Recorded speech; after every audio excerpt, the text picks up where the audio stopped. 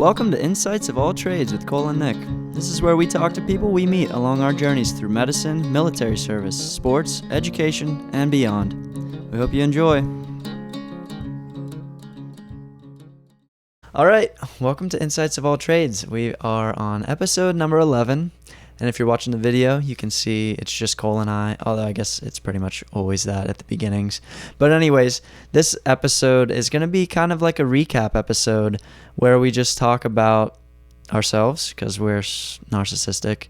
And we're going to talk a lot about, well, a little bit at least, about our guests that we've had on the show and the stuff that we've taken away from it and kind of like a nice little summary for you, hopefully. Yeah, and we're actually thinking about doing this every 10-ish episodes. Might not fall exactly on every 10, but every 10 to 12, 10 to 13 episodes where we can get together and recap.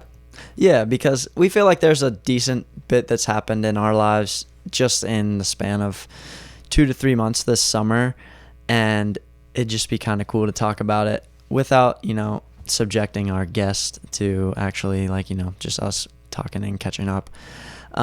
So I guess there's been a lot that's happened recently. We don't have an insight for you for this episode. It's just, we're just kind of chilling and talking. So Cole came down to Pittsburgh, and if you saw the episode before this one, we had interviewed one of my friends in Pittsburgh here that's in the film industry, and we have another podcast coming up pretty soon after this with Morgan Fuller. Mm-hmm, yep. So he's a trauma nurse, and we'll get into that in the next episode. But anyways, Cole came down to visit in Pittsburgh, and we went to the med school. I showed him around because he's kind of still toying with the idea of wanting to go to medical school. So yeah. What'd you think of seeing the med school? It was beautiful. I'm such a nerd when it comes to touring campuses, and usually the few times that I get to explore other campuses that aren't Wilkes, it's during the summer.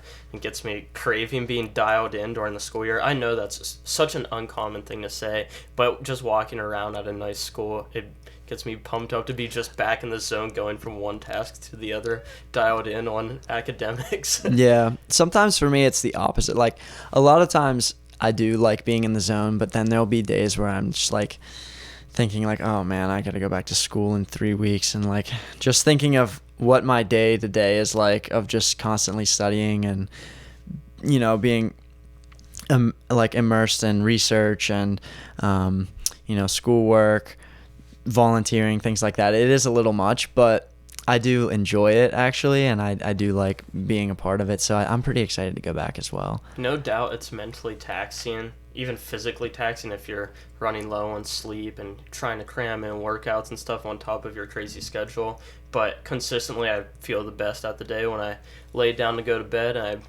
know I went really hard all day from start to finish. I don't think there's many better feelings than that. Yeah, and it certainly does get physically taxing, especially so before school let out for the summer, we were going pretty hard with marathon training, and we can talk about that a little bit, where we're at now with that. Yeah, so I'm sure it will come up. Yeah, that kind of took a nosedive, I guess, this summer. But I mean, certainly the days are mentally taxing because you're just reading books all day long, like textbooks or slides of a PowerPoint and stuff, and it does get kind of boring, and sometimes it's hard to put the bigger picture into context. But also with the physical thing, it's like sometimes I'm just sitting in a chair all day like studying, and it's like you just kind of get achy, and I don't know, it's like, it sounds like I'm kind of complaining, but it does get actually like just physically, you don't necessarily always feel the best. You kind of just feel groggy sometimes, and you're not necessarily getting the most sleep and all that. So that's one of the things that's like, I don't really know if I really am ready to go back to school. But at the same time, I do like being in the zone and being able to focus, and like I have these exact tasks at hand that I need to do, and it's kind of like nice to have a pathway that you're pushed on and you know where you're going. Right. So anyway, we got to explore the med school and some other parts of Pittsburgh, which was really cool. I haven't been to Pittsburgh as an adult, I guess, in my functioning memory. So it was really cool to see the city. In my personal opinion, it's probably one of the prettiest Pennsylvania cities and maybe one of the prettiest cities on the East Coast. So it was fun to roam around and take it all in. This is actually the first time by the way, that Nick and I have even been together in a while. We've had some crazy stuff going on. I actually just got back from Haiti, so we can talk about that. We could definitely dive into that for sure. One thing just about Pittsburgh too, it's like it used to be this, it's known for its steel industry and just like kind of dirty and stuff, but it's really on the come up, which is kind of cool and it's pretty nice. And we got to go up to the Cathedral of Learning, which is like this big tower building at Pitt. It's very Hogwarts-esque. Yeah, definitely. And the security guard let us go up, even though it was past hours or whatever, up to the top and look out, which was pretty nice. So anyhow, yeah, so we have been away from each other for a little while. I've been doing some solo podcasts, which what do you think? How do you like doing a solo podcast? We kind of talked about it a little bit off air, but and actually, it's very likely most of our podcasts from here on out will be a bunch of solos when we're at school full time, and gives even more of a reason to do recaps like this in the future. But yeah, with the solos so far, we were talking about, even though it stinks that we aren't together, and conceptually when we started thinking about the podcast, I was always thinking of doing them together, but the conversations seem to flow a little bit better because you and I are always worried about cutting off from the other person, or you just get stuck listening to the exchange of dialogue between the other two people and you don't want to interrupt. Yeah, I feel the same way. I know that last episode we had talked over each other quite a bit, and that's happened before. But I don't know, we almost maybe just need to come up with some sort of way of knowing, like, when one of us is like, I have a question that I need to ask. I don't know, it's kind of tough. Thanks for everyone that's still listening to us, by the way. We know this is like some of these episodes can be a little painful with audio or with, I'm stumbling on my words right now. I do that all the time on these shows and throw in ums everywhere and stuff. And we know it's not necessarily the prettiest and cleanest thing to listen to, but we are learning and we're trying to get better each time. And we've said this multiple times, but we really appreciate the feedback that people give us. So hopefully we get better at it and we'll be producing even better content as it comes. But we thank everyone that's just been sitting and listening to us this long. If you've made it through 10 episodes already, that's yeah, it's been a sharp learning curve for sure, not just with the conversations that you have in front of the camera, everything that goes into it before and afterwards. I know that I personally had a hiccup when my friend Taylor and I went to do the podcast. Trial number 1, we forgot headphones and mic stands, and it was getting really late, and by the time we got everything set up, it was like 10:30 p.m. and we were convinced that the best product of a podcast that could come out was certainly not going to come out of us that night, and we ended up doing it like a week later. You start learning things quick that you did not realize would go into a podcast. I'm sure it's like that in anything else media-wise that you could delve into. And we've had to do second takes with some of our episodes. We've had to edit things out. Like we've learned a lot of stuff. Like just hitting the table it can give you like a thud noise that's like super unpleasant for people to hear, especially if like you're in the car and whatever. I don't know how car speakers are so much different than regular speakers, but it's something to do with like canceling out the road noise while also like giving you sound. But those thuds, I remember I was listening to a different podcast where it wasn't one of ours, but somebody was hitting the table or something like that, and it really blares through on those car speakers. So, and we've gotten some feedback on that as well, that people are like, you guys need to fix the audio a little bit, and that's what we're working on. We're trying to, but again, like it's a learning curve, and we're trying our best. So also having enough functionable mics where you don't have two people sharing one mic, which happened on also the episode with Taylor, where the audio got pretty quiet, unfortunately, depending on what platform you were listening to, which is kind of weird. Yeah, that is weird that it does that based on platform. I don't know how that works, but also that might be a thing in the future, because I have this audio interface that I used to use with my high school band when we would record our music. But when Cole goes off to Wilkes, you'll have like a USB mic, I think. Right. So it might be like only a one mic deal for that, and we'll kind of have to play with that and figure out how that, how to best do that. And we also have phones that we're using to record sometimes. And we know Hunter, our camera and video and everything guy, has a really nice camera, but he's not going to be with us obviously all the time, like while we're in school. So hopefully the video content doesn't take a dive, but I don't know. We got a lot to talk about, but we got plenty of time to do whatever. Curve for sure. Yeah, definitely. So before we dive down all of that, you had mentioned that you were in Haiti. Right. So do you want to talk about that? Because I don't think you even explained most of what you even did down there to me off air. So definitely interested to hear about it. I think the place I have to start is it would have been 2 Mondays ago now. 2 Mondays ago, I was coming out of the Willis gym, so our local gym, and my friend Garrick, who's a youth pastor at the church I go to, he's walking in, he's having some rapid exchange of discussion with someone. He's like, I just got in my car, and he tracked me down as I was about to pull out, and he was like, hey, do you want to go to Haiti this Friday? Someone who fully funded for the trip, I don't know what came up, and I'm actually not even exactly sure who it was, had fully funded, backed out, and everything down to the plane ticket, the food, everything that could be paid for was paid for. All I had to do was take off work and go. And actually, I had taken off work for chunks of what overlapped with Haiti. I had a 3-day kayak trip planned because we've been doing some of my core friend group and I, our lovely cameraman Hunter included, have been doing 3-ish day kayak trips for a couple of years now, and it broke my heart a little bit to choose between that kayak trip and Haiti. And another thing that I had planned that I had to bail on was my college roommates and I were going down to Wildwood to hang out the following weekend. So I had called off 6 days off work over these 2 back-to-back weekends already. So I only had to call off 4 days, which wasn't too bad. I have a very understanding pharmacist that I work with, and she was super pumped that I had this opportunity, and she was more than willing to let the pharmacy get a little busier than it would have otherwise. So before I knew it, in just a few short days, so I found out on Monday about the opportunity, made my decision Monday night. That's quick. Yeah. Yeah.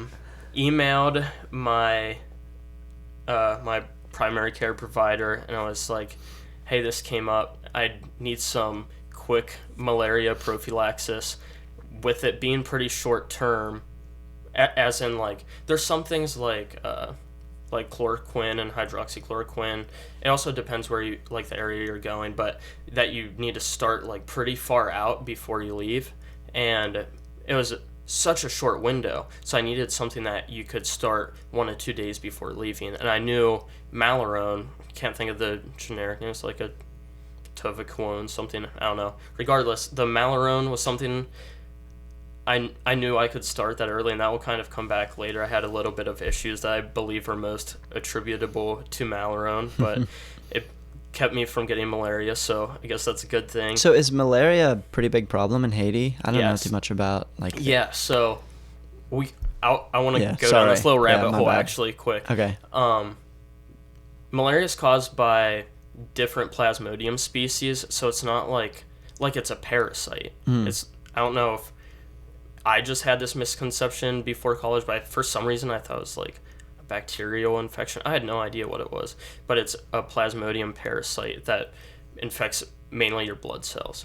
And there's different types of these Plasmodium species, of which the most deadly is Plasmodium falciparum, of which is the most common in Haiti for their malaria cases. Oh, wow. So you don't want to mess around and not take your malaria prophylaxis, although we do have some people that are going on that trip with me. Some of, like, the leaders themselves are like, we have a pretty clean place, we don't really worry about it. But in my head, I'm like, I mean, it's mosquitoes that are the vectors for this. You can't really, get away from it. And I personally did have mosquito bites throughout that trip, so it gave me peace of mind that I wouldn't have had otherwise if I was like, freak Malarone, I'm gonna do this on my own. Do you guys have, did you get, like, bug nets and stuff like that, or like coating with bug spray and stuff, or was it you just kind of had to accept that you were going to get bit by mosquitoes? We have a pretty nice facility there that they took the time to build over the years. This was the first time I ever went on a trip to Haiti, but you're totally closed in your sleeping space,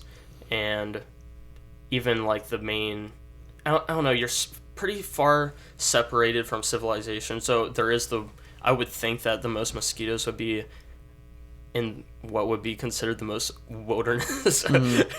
But I don't really know the answer to that. I don't know if there's a higher concentration of mosquitoes in some areas that are carrying malaria. I have no clue. I'm not like that well versed in Haitian malaria cases. All I know is that I didn't want malaria, so I emailed my the PA that I usually see to send me a Malarone prescription, and thankfully she did, so I had that peace of mind. I didn't get any, I would say, non-routine vaccines. Like, I know there's an oral typhoid vaccine that some people would get before going. I didn't get that because would those things be effective that early? Or, I mean, not that late. I mean, like, before...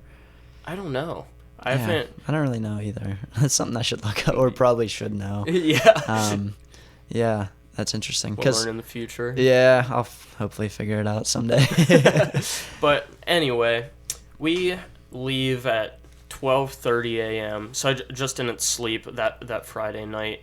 Drive through the night, kick off, not sleeping at all for about a week, to which I was attributing to a higher temperature sleeping conditions while I was in Haiti. But in hindsight, I wasn't, in hindsight now, I also wasn't sleeping when I came home, and which I think was due to the Malarone as like a labeled indication. A labeled common reaction is insomnia from the Malarone, and we'll get more into that later. But kick off the trip with not sleeping at all, which was not amazing. We drove to JFK out of New York City, which for us is a haul. Like, it's not a short drive. 5 hours at least, right? Yes. Made that drive, had a flight at 8 or 9 a.m.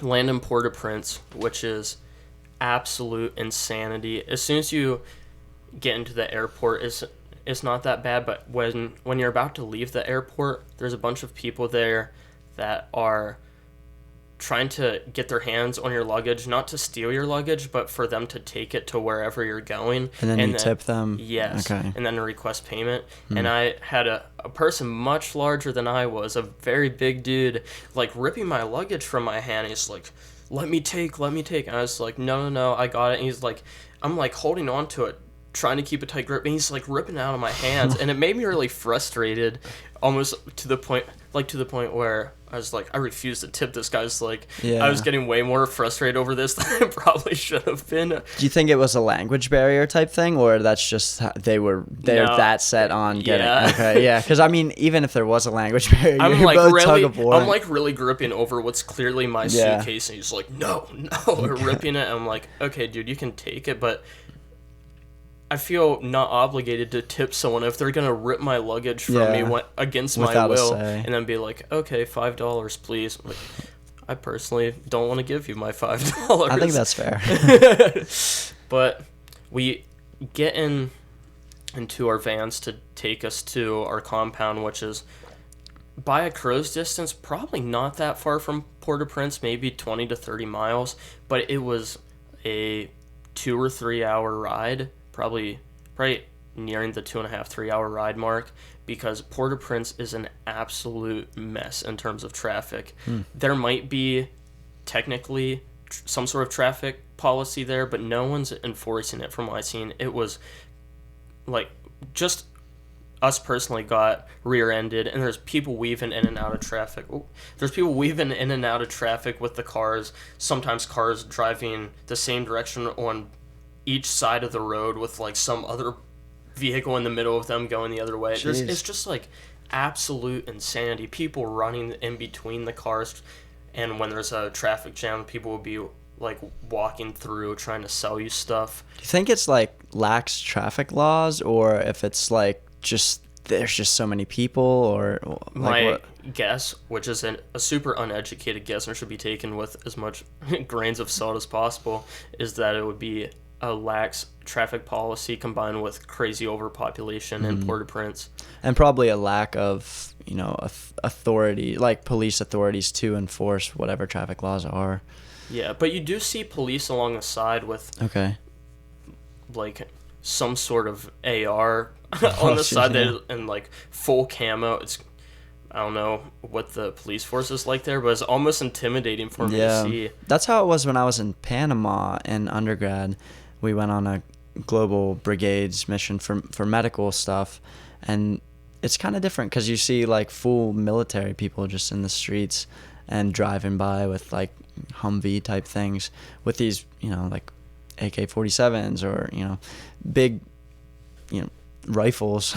And it's kind of not being like immersed in that culture. It's kind of scary almost when the first few times you see it until 100%. You kind of realize that like they're there to protect you from whatever. But so I know in Panama, some of our guides were telling us that it was the reason for that is a lot of the drug trafficking that goes through there. So they have checkpoints and all sorts of stuff like that, which is why they're so heavily armed. But I'm curious why it would be like that in Haiti. If it's maybe it's also drug trafficking, or maybe there's really other things going on. By square mileage, Haiti's not a big place. I couldn't tell you what it is, but it's such a small part of whatever the name of the entire island is with the Haiti and the Dominican. But regardless, it's super overpopulated in Port-au-Prince. I should have looked it up beforehand, but you can tell off of first glance. And I don't know if they intentionally are keeping the living situations kind of hidden behind walls, quite literally, but as you're driving the whole time, it's constantly just walled off, either with little shops in the street kind of making up its own wall, and when there's not those little shops, there's often like some sort of barrier there, like a concrete wall or a wall of cinder blocks that were laid, which is kind of weird to see, but when you catch glimpses of behind it, it's a lot of favela style living that still has not been fully repaired from the earthquakes that happened a couple years back, and it looks really rough when you do catch a glimpse of the living conditions. So it hits you pretty hard when you're driving through. It does, yeah. And it's stuff that like you can see things like this, at least for me personally, seeing things like this on TV or even in the news and stuff, you don't really, you just don't really fully get it until you're actually there, like seeing the living conditions or seeing the culture of a place. It's kind of like you really do have to visit and see. So you went down with the shirt you're wearing right now, Juniper Community Missions. So what was your guys' goal going down there, and what did you guys do while you were there? Yeah, as a whole, Juniper is trying to provide a bunch of sustainable changes to Haitian living conditions, whether it's helping with some sort of business startup, which I wasn't involved with anything like that while we were there, or building them houses. Something that I've heard talked about a lot with the people that I was with on that missions trip is that, as awesome as it would be for the simple solution to be just giving free stuff to them that destroys any tiny bit of economy they have left, to just give and give and give free stuff, because anyone that's trying to run any sort of business in Haiti can't compete with an overwhelming amount of free stuff. Right. It's not sustainable. So you can give a bunch of money to a community and, they can live well as long as you're giving them that money. But as soon as, the donations stop coming in, or as soon as that organization that's providing that money goes away, then they're again back to square one. So the goal with a lot of missions, like the one you were on in Global Brigades, which is what I was on in undergrad, was to provide a framework and businesses for these communities to be able to make their own income and to be able to create their own better living conditions without, someone just telling them what to do and just giving them the money and giving that, like telling them how to live. So at least with Global Brigades, we did some medical stuff and got people, tried to teach them good living, like hygiene and how to take care of themselves. And then there was also an environmental portion to it where we met with community members, community leaders in this small area of Panama, a small little village in the Darien province, I think.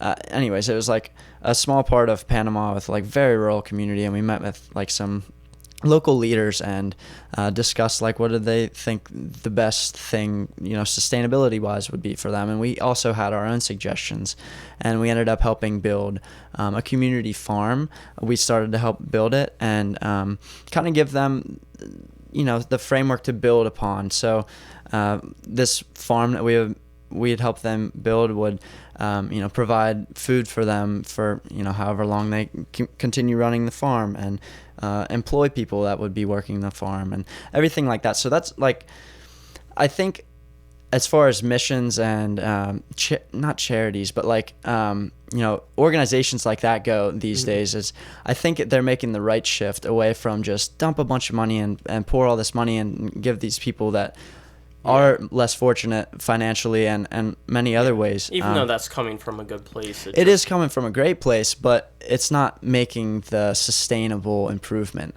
So it's making an improvement in the here and now. These people are, they're, okay, they got $100 and they can go, do something for a few days or a month or however long.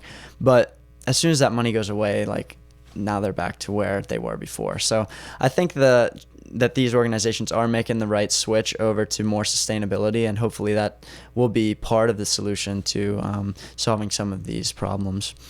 Yeah, so. I think your heart and your mind is in a good place if you want to give, but if you're going to give your time, give your knowledge, give good advice on how to build a sustainable living condition for someone, that's what's going to last far after you leave, as opposed to giving a bunch of free stuff and nothing else. And that's not to say that the money isn't important. So like you can still, at least this is just personally in my opinion, if you really want to give money rather than time, energy, and all that sorts of stuff, that's great. Try and focus it maybe more towards paying for these sustainable things. So obviously like travel fare for people to go to these countries, or for people in those countries to take classes and learn things to be able to keep a sustainable living environment. Maybe fund those sorts of projects rather than pay for I don't really know like a specific example, but right. It's not to say we didn't give anything when we were doing village ministry, just going out to get to meet people in our local area, either within walking distance or pretty close driving distance to us. We'd bring little bags of like Neosporin, hydrocortisone cream, toothpaste, toothbrushes, and body wash. And like, maybe I'm just justifying this because it was us doing it, I don't know, but it seems like there is a place for giving away free things that are necessary for health and life in general, but if at all possible, create things that are sustainable. So anyway, kind of went on a long little path there, but that's what Juniper Missions was all about. But specifically what I was doing that week was we were helping build a house, just laying the foundation for a house, and there was a team coming next week to finish the foundation we started for the house.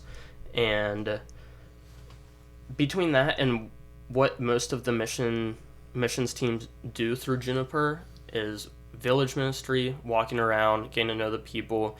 You give them that gift bag I was just describing, and ask them about their Christian faith, just if they want to talk about it. We aren't there to force anyone to conform to our beliefs. That is far away from what we want to do. We just want to have a good conversation about what we believe in a way that we want to give them as much hope as possible. And we believe, like, by sharing what we believe, that's how we can provide the most hope. We ask if there's anything we can pray for and pray with them and just get to know them, ask about their family, ask about the problems they're going through and things that are going well. And something that sticks out to me when we're doing that is, even though they could have the longest list of problems to give us, they might share one or two serious struggles that they have, and then have so much to say about what's going well for them. Meanwhile, they're living in a hut. Meanwhile, their kids have typhoid fever or, some super serious illness, which is things I came across normally in the little bit of village ministry I did just in a week. And instead of feeling sorry for themselves or breaking down, crying in front of us, which would be totally justified, they're very content with what they're given. They're very grateful for the little bit that they have. So that's something else that sticks out to you the full week when you're alongside them, is the gratitude they have for just having the little bit of good stuff they do have. They will make sure you know they're happy that they have it. So did you do many like activities or things with as a group of people in Haiti, or was it mostly like one-on-ones with you guys? Like, did you pull in a lot of people from the village at once, or? It really depends on the activity. Okay. For example, when we're building that house, it was alongside some Haitian workers that they often work with Juniper's missions when they've come down. I don't know that whole story with how they've gotten involved, but there's Haitian workers that are like closely affiliated with Juniper. I don't know what that process looks like. Yeah, because another criticism I've heard of these sorts of like mission trips and things like that is that it can actually create some sorts of psychological issues for individuals there that are receiving these services, because if they're creating these meaningful relationships with people that are coming in, and then they just leave 1 week later, and then a whole new group of people come in, they do the same thing, and then they leave a week later, they can kind of can cause some issues, as you can probably tell. So that's why I was curious if you guys were trying to do some team building at all with the people that are going to be there permanently, like the people living in that village, or if it was a lot of just one-on-one stuff. But yeah, luckily Juniper has people leading it that are there much more time than I could ever imagine right now in my life spending in Haiti. Like the Losh family from Juniata County, George and Lori Losh, will spend weeks and weeks at a time there for like multiple trips per year on 4-week intervals, and they're like the head of Juniper, and they get really close with the translators. The translators that we have now have been working with Juniper for years now, and through both the Loshes, they in their own right know Creole and can talk to the Haitians, and then our Haitian translators that are with us become really tight with George and Lori. And also we have people that are going down often. For example, the Payton family, they might not be there as much as the Loshes, but they're still usually taking at least 1 or 2 trips to Haiti each year. So you begin to build that rapport, or you have a sponsored child there, so you begin to build like another rapport with a different Haitian family. So it's crazy the long-lasting relationships that was built through Juniper, even though you have people going there just weeks at a time. It's not, I know what you mean, it's not like we're going in and out and you never have any contact with that person again. I could see where that would psychologically seem a little weird and not authentic, I guess. Yeah, and I didn't mean that as any sort of dig toward mission trips or anything like that. I was just trying to throw that out there because that is one criticism I've heard. And whenever I was trying to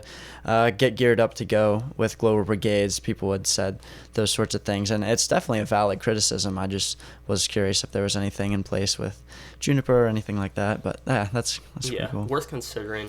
Mm-hmm. So, besides village ministry and building the house, we spent 3 days at a local Haitian church and did what would be best considered by people around here as like a vacation Bible school type thing, doing skits that were translated, playing games with the kids, just doing your part to build that relationship. And also, you're, in my opinion, you're giving people hope for bigger and better things no matter how little they have. If you can be surrounded by a bunch of people that you don't speak the same language as and have a really great time together. I think there's something that's special in that, even though it's not giving them something that's tangible, building that relationship and having a good time together is something that's long lasting to them. So what's it like talking to people where it's a guarantee that you have to have a middleman like translating it? Like, does it get frustrating at all, or?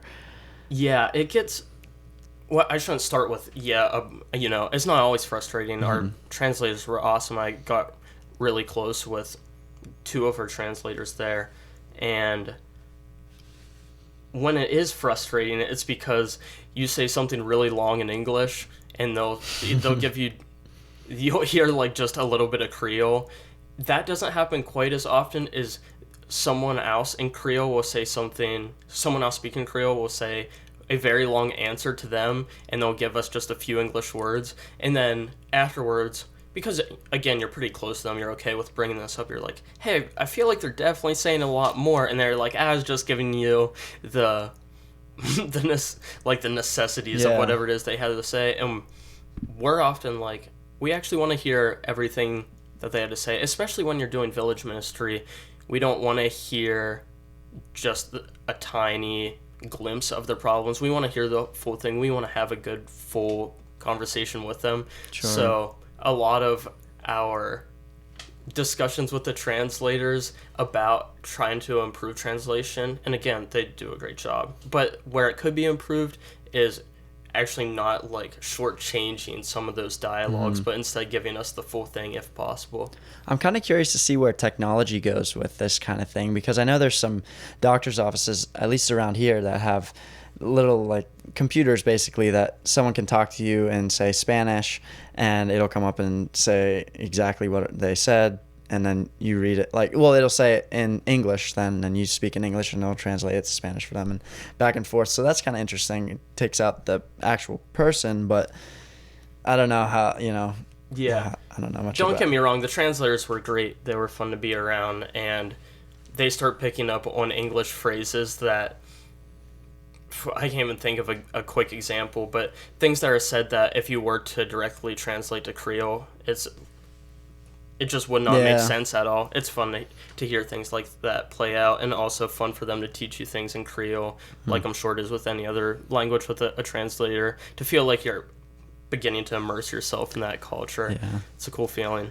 Languages are kind of weird, honestly. You know what I mean? Like, how is it? How many languages are there? Yeah. And it's like, and you wonder what your own language sounds like to other people. Exactly. I have a funny story about that, actually. My friend Brennan speaks a little bit of Creole, and one of the Haitian girls at the vacation Bible school we were doing came up to Brennan, and in Creole she asked, do you speak Creole? Brennan's like, yes, I do speak a little bit of Creole. Do you speak English? And she says, yes. Ching chong, ching chong, ching chong. And we were like, we cracked up laughing. Of course, like in that context, she, wasn't making fun of anything. She honestly thought that's what we sounded like and thought she was speaking some sort of English. Yeah. That's funny. Oh, man. Yeah, we lost it. That was hysterical. So, yeah, the minute details of languages that you think you know what a language sounds like, but until you really start talking to someone that knows what fluency is in that language, you realize you don't have much of a grasp at all of the minute details of a language. I wonder if, like, as a human species, we will end up gravitating toward, like, a single language someday, now that everything's so connected with, like, the internet and all that, because we still, even now, you can easily catch a lot of the same roots, especially Greek roots, I feel like, of words. Right. But it seems to me that all of these languages kind of just almost sprang up independently based on area and geography. But now that the whole world's like one big thing with the internet, is everything gonna someday gravitate? And even like if you think about the future of technology and like AI and stuff like that, I'm just going off on a way tangent. Go for it. I'm ready. Like AI beings, if they're ever become something, would they speak all one language, or would it be a bunch of languages, or would it be a culmination of all of the languages? Like, I don't know. I honestly think you'd have to go back to whatever the most fundamental root is. The only example I have in my head right now is, you think of poultry for chicken. I can't use the word chicken because I don't know how else to use this without saying poultry. So, you know what poultry is in English. In Spanish, it's pollo. So you can like hear the similarity. Nice accent. And yeah. Sorry, everyone. In Creole, it's like poulet or pool. I forget. Sorry, my Creole speaking friends. But it's like, there's like that pool similarity throughout all of them. I'd imagine there's a lot more words like that I have no idea. So I guess those probably all came from Latin, right? Maybe, I don't know. There's probably some common like ancestor language of all that, but then I would think like Asian Asian languages like Chinese or Mandarin, if that would be anywhere near the same thing. I have no idea. We need some language expert on the podcast, someone that knows about the origin of words, because they'd probably be like, "Well, you guys are butchering this. This is not at all how it started." Yeah. Well, they say we all like evolved, or we all not evolved, but came from one like single person. Like everyone on Earth today, like you can trace back your mitochondrial DNA, which is like the maternal. Mm-hmm. It comes from your maternal side, and it can all be traced back to one woman, like way back when. So she would have had to have spoken a language that all broke off, you would think. I don't know. But I would say Eve, but we could intertwine that with both. Speaking of intertwining that, here's a fun thing for people watching the video, is that we have a Origin of Species and the Bible on our bookshelf side by side, that we're kind of randomly just throwing books up to have a nice backdrop in Nick's basement. I have a super grungy basement in Pittsburgh. I don't know when this house was built. I want to say at least like 1910s, maybe even older. I don't know. But the basement's super like just gross. And anyways, this is the best spot in the basement I could find for us. And it's just like a backdrop of a bunch of bookshelves.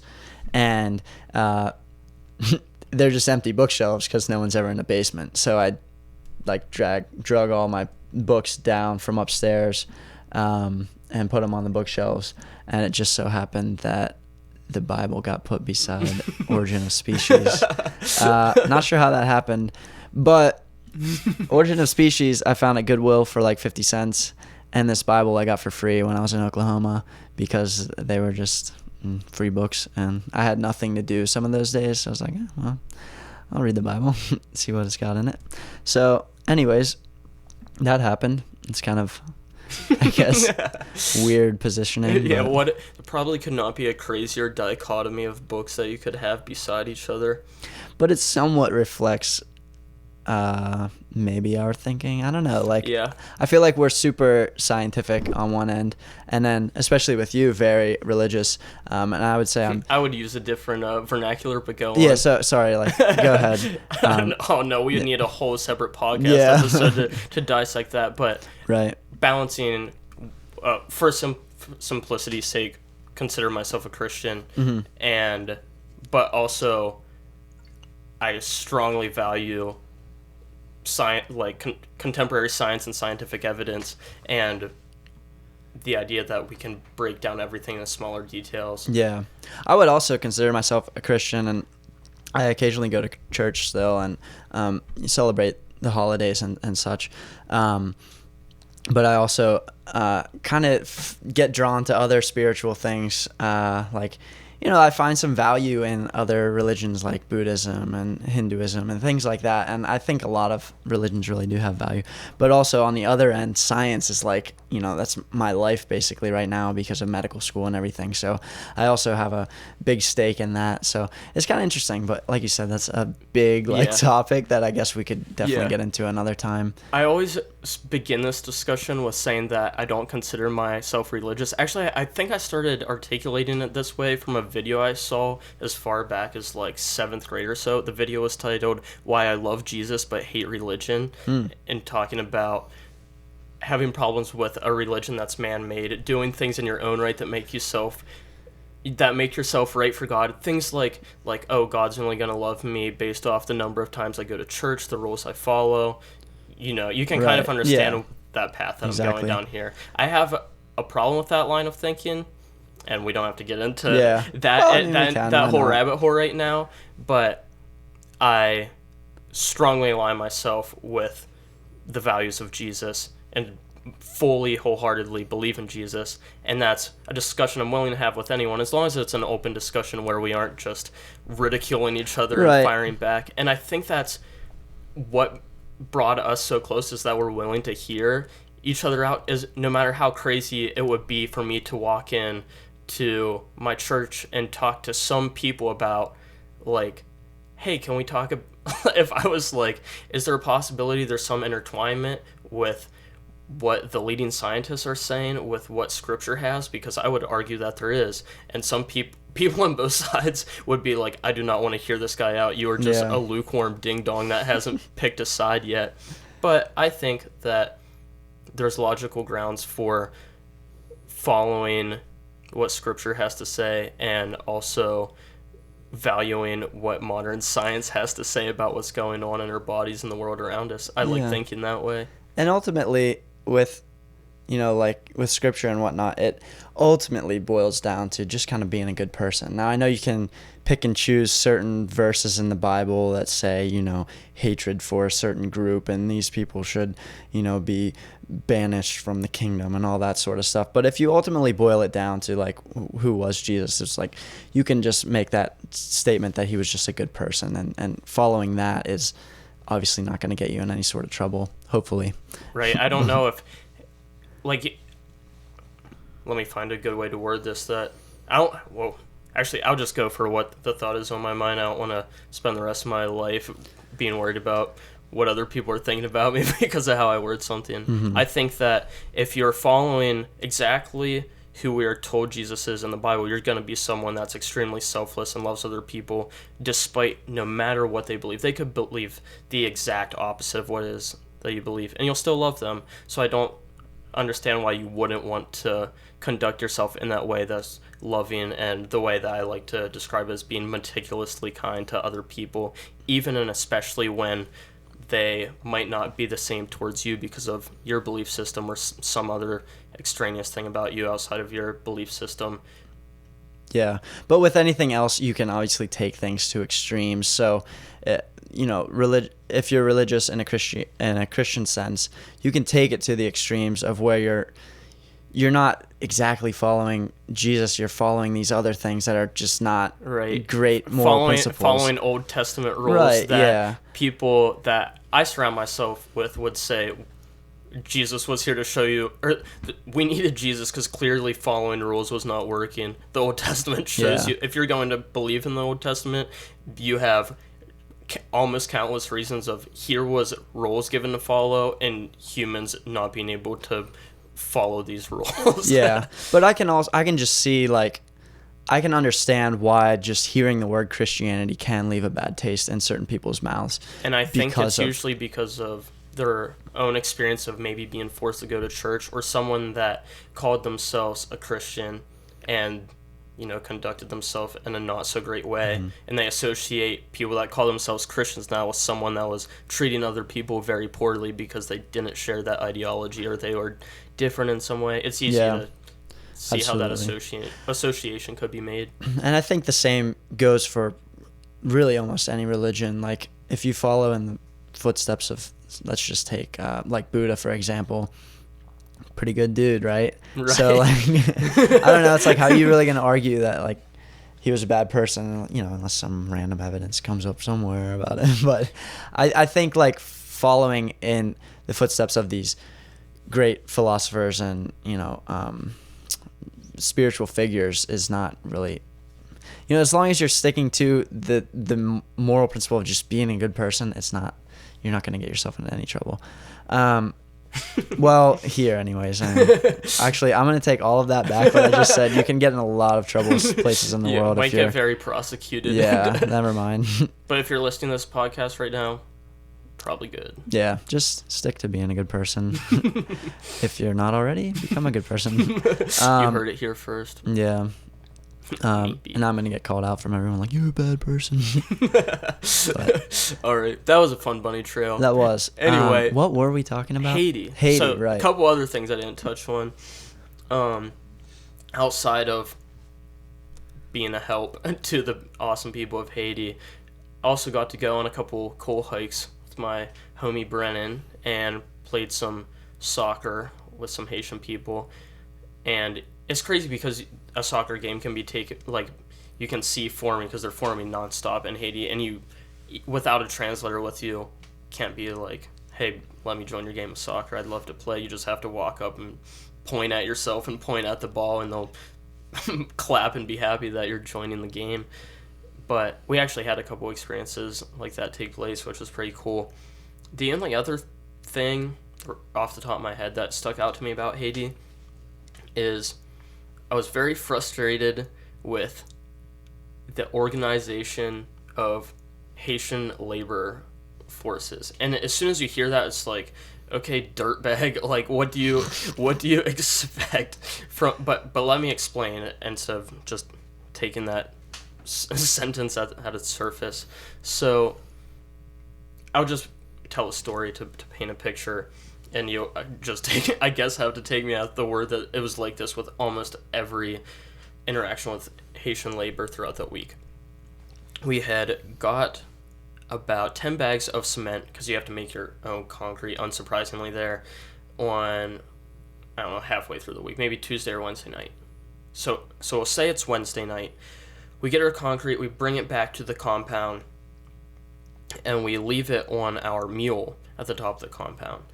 And we go to bed, and in the morning, some of the Haitian workers, all of which know the people at Juniper, like they kind of have established that working relationship, were there to help build a soccer field behind Juniper that's still in the works right now, and they were doing some sort of concrete wall or stone wall with, like cement in between the stone. I'm not 100% sure, but they at some point needed bags of cement. They just saw bags of cement in front of the compound, and even though it wasn't bags of cement they acquired, they thought it was for them, and without any clear lines of communication, like, hey, we saw the cement here, is it for us, can we use it, and so on, they had taken the cement bags and used all but 2, and we needed a lot more than 2 bags of cement, at least we believed we needed a lot more than 2 bags of cement to help lay the foundation of this house that we were going to help build. So right in the morning when we're about to leave, we learn all of that, and of course the whole time you're going through trying to translate to them, and at this time we don't have a translator, so we have someone with us that like knows a little bit of Creole, or I'm sorry, there was one worker that knew a little bit of English, so it was very broken. Trying to communicate with them what happened with the cement, and then realizing that it was used, and us having to contact George, who kind of runs Juniper, to get us more cement. So we call George, we wait on George's call back, and we eventually find out that people are going to bring cement to us at this meetup spot called the Mango Tree. So it's just this huge flat space down at the bottom of the mountain we're on, with, unsurprisingly, an enormous mango tree there. So my friend Garrick and I go down, we're waiting at the mango tree for a long time, for knowing that we have people waiting on us to lay the foundation for this house. It has probably been, at this point, an hour and a half or 2 hours later than when we wanted to begin working on the foundation. At least it felt like it. Maybe my memory's a little hazy, but it's been a long time. And we're waiting and waiting and waiting, and finally this truck comes. We wanted something like 6 to 10 bags of cement. This truck comes and we got 42 bags of cement. So then we have to hang out by the mango tree while Garrick's dad runs up and down taking cement bags up to the compound, because there's no way that a truck could get to the top of the mountain. It is beat up, as in like the truck that was carrying the bags of cement, because it's almost like a dump truck like vehicle. So just steep mountain. Very steep. Yeah, steep, and maybe it wouldn't be unfeasible if the road was good, but it's just like stone, and not stone that's that flat. It's difficult to drive the mule up and down, so you can imagine why you couldn't take a normal road vehicle up and down that bad boy, especially a big truck. Yeah, right. So we wait as his dad goes up and down the mountain transporting the cement bags, and we're at the bottom. Something cool did happen where there was some Haitian kids that started passing a soccer ball around and eventually got us to join a little juggle circle while we were waiting. But then, before you know it, after all the cement bags are taken up and we get back into contact with the people at the work site, people had decided it was just best if we not come that day and wait until the next day. So a whole day of labor with people ready to work just got pushed back a full day when people only have a week's time to help build, to help accomplish the objective for us laying this foundation. And for us, it's important to stay on time too, because then you have a team coming down the next week that think they're going to be doing, steps, B through C. You understand like my line of thought there. So you're saying this happened like pretty regularly while you were down there, things like this? The people at Juniper called it Haitian time, when things were very, very later than when you wanted them to happen. They're on Haitian time. It's very often that when you tell someone to meet up somewhere in Haiti, it could be an hour or a couple hours later after you wanted, and they refer to that as Haitian time. So you can imagine when you're trying to organize labor, organize any sort of job that you're there to do, it can get frustrating, and especially on a limited time, like 1 week. And I don't know the full story. I could be totally blind to what's going on behind the scenes, and it also could be a cultural disconnect where that's just the norm. But for me, type A personality, when you're like, when I say something's going to be done at this time, I want to get it done at this time. I want to keep checking off the boxes of the objective list. You know what I mean? Yeah, I know what you mean. That is kind of frustrating for sure. So you guys started this foundation and everything, and then other people were coming to build the rest of the house. Was there anything else that really stuck out to you while you were in Haiti, or do you want to jump into your post-Haiti haze, I guess we could call it? Well, truthfully, that about sums up the full week, because then we did get about 2 days spent working on the house and got the foundation laid, but it was a repetitive cycle of not phenomenal labor organization. Even though you have great people around you that want to help, our schedules didn't align. So that got mentally taxing. Either way, we went there, we did our part to the best of our ability, helped out, more importantly, in my opinion, built long-lasting relationships with people, and also have my perspective maybe not changed, because I guess I knew what to expect, that people were going to be in very rough living conditions, but you have it confirmed that you're so much more well off. Speaking for myself, you're so much more well off than people living in a third world country like Haiti, especially one that just a few years ago suffered a horrendous earthquake, and the little bit of living conditions they had for many of them was destroyed, and the few family members you had were killed in this earthquake. Like, it's no stretch of the imagination to say everyone there knew at least one person that was killed in the earthquake. Like, it's insane. And they have hurricanes running through there every year. Yeah, it's crazy. So anyway, so I want to ask, just when you went down there, I know a lot of people end up asking like about mission trips, like, hey, did you have a good time? What did you get out of it? But do you think people down there got much out of it, and what do you think they got out of you being there? As in the local Haitian people? Right, yeah. The self-gratifying thing to say would be like, 100%. They all got so much out of us being there. Truthfully, was my time specifically life-altering for them? I don't know. There's so many people there, and we, like, in terms of my own labor, helped build that house. And all I did was help lay a foundation, and there's so many workers that could have done that job for me. But if everyone had that mentality of, I don't know, nihilistic, like, what the little bit I could do is meaningless, so many other people could do that, the little bit I would do is not going to leave a big impact. Well, if everyone adopted that mentality, nothing would get done.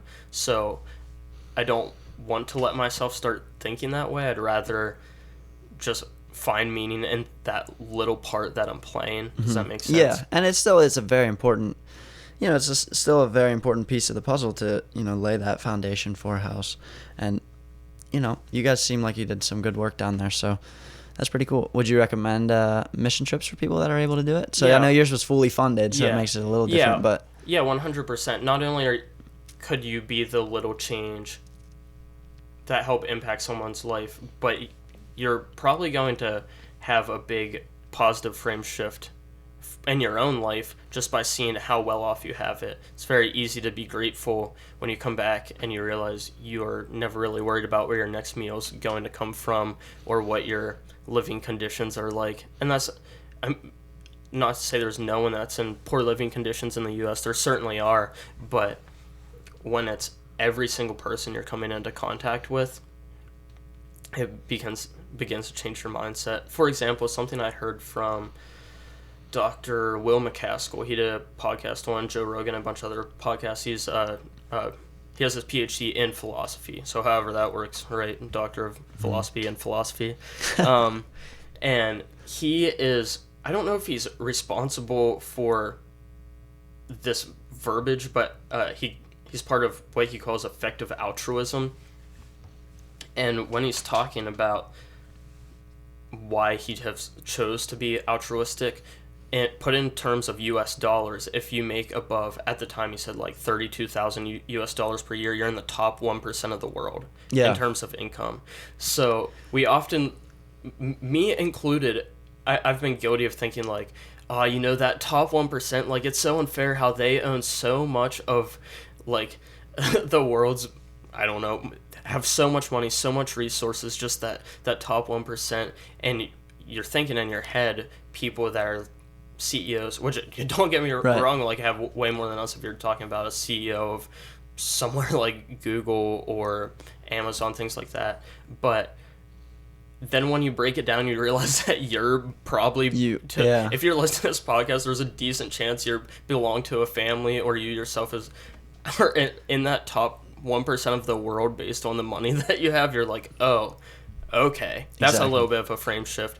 So then you see that in person, essentially, seeing how well off you are. That's the perspective frame shift that I'm talking about. Yeah, that's it's really interesting to think of that, because you don't feel like, I mean, here necessarily, everything's relative. You don't necessarily feel like you're the top 1%. Yep. But you go somewhere like that, or Panama, like rural Panama, or all sorts of places, in 99% of the world, you go there and you can see it.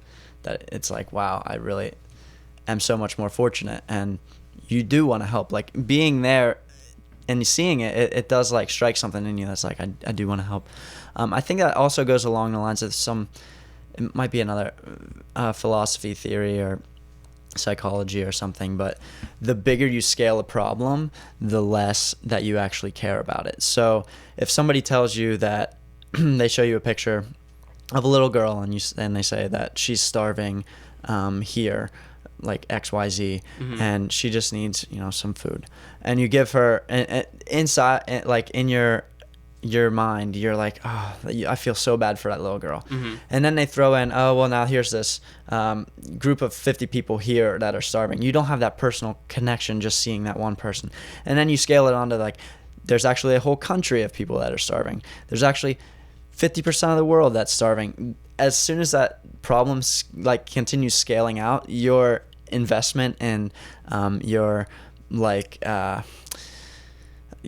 amount you care about it goes in the opposite direction. So the bigger a problem gets, the less you care about it, it's kind of an issue, because how are you going to fix things unless you fix them at the very smallest level of everything? So I don't know. That's an interesting thing. And whenever you do these sorts of trips, you kind of descale, like, I don't know if descale is a word, but you like scale down the problem, and you get to see some of those lower levels and really get more connected to it. Similar to that thought experiment you just said, I don't know the origin of this thought experiment, but I would imagine another philosopher or psychologist has said that in the way you give can, like, I'm just going to paint out the thought experiment because I have no clue how to talk about it theoretically.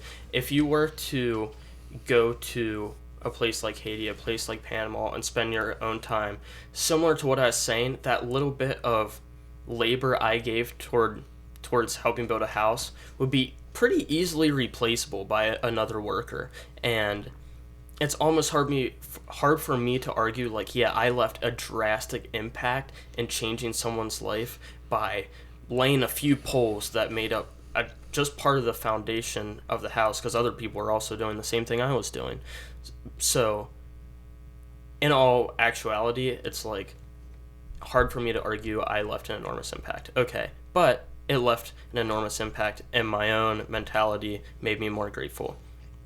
Whereas you could leave a much more enormous positive impact on the same people of Haiti if you had billions of dollars to donate, and you donate that, so you find some charitable organization or missions organization that's very effective with how they allocate the resources.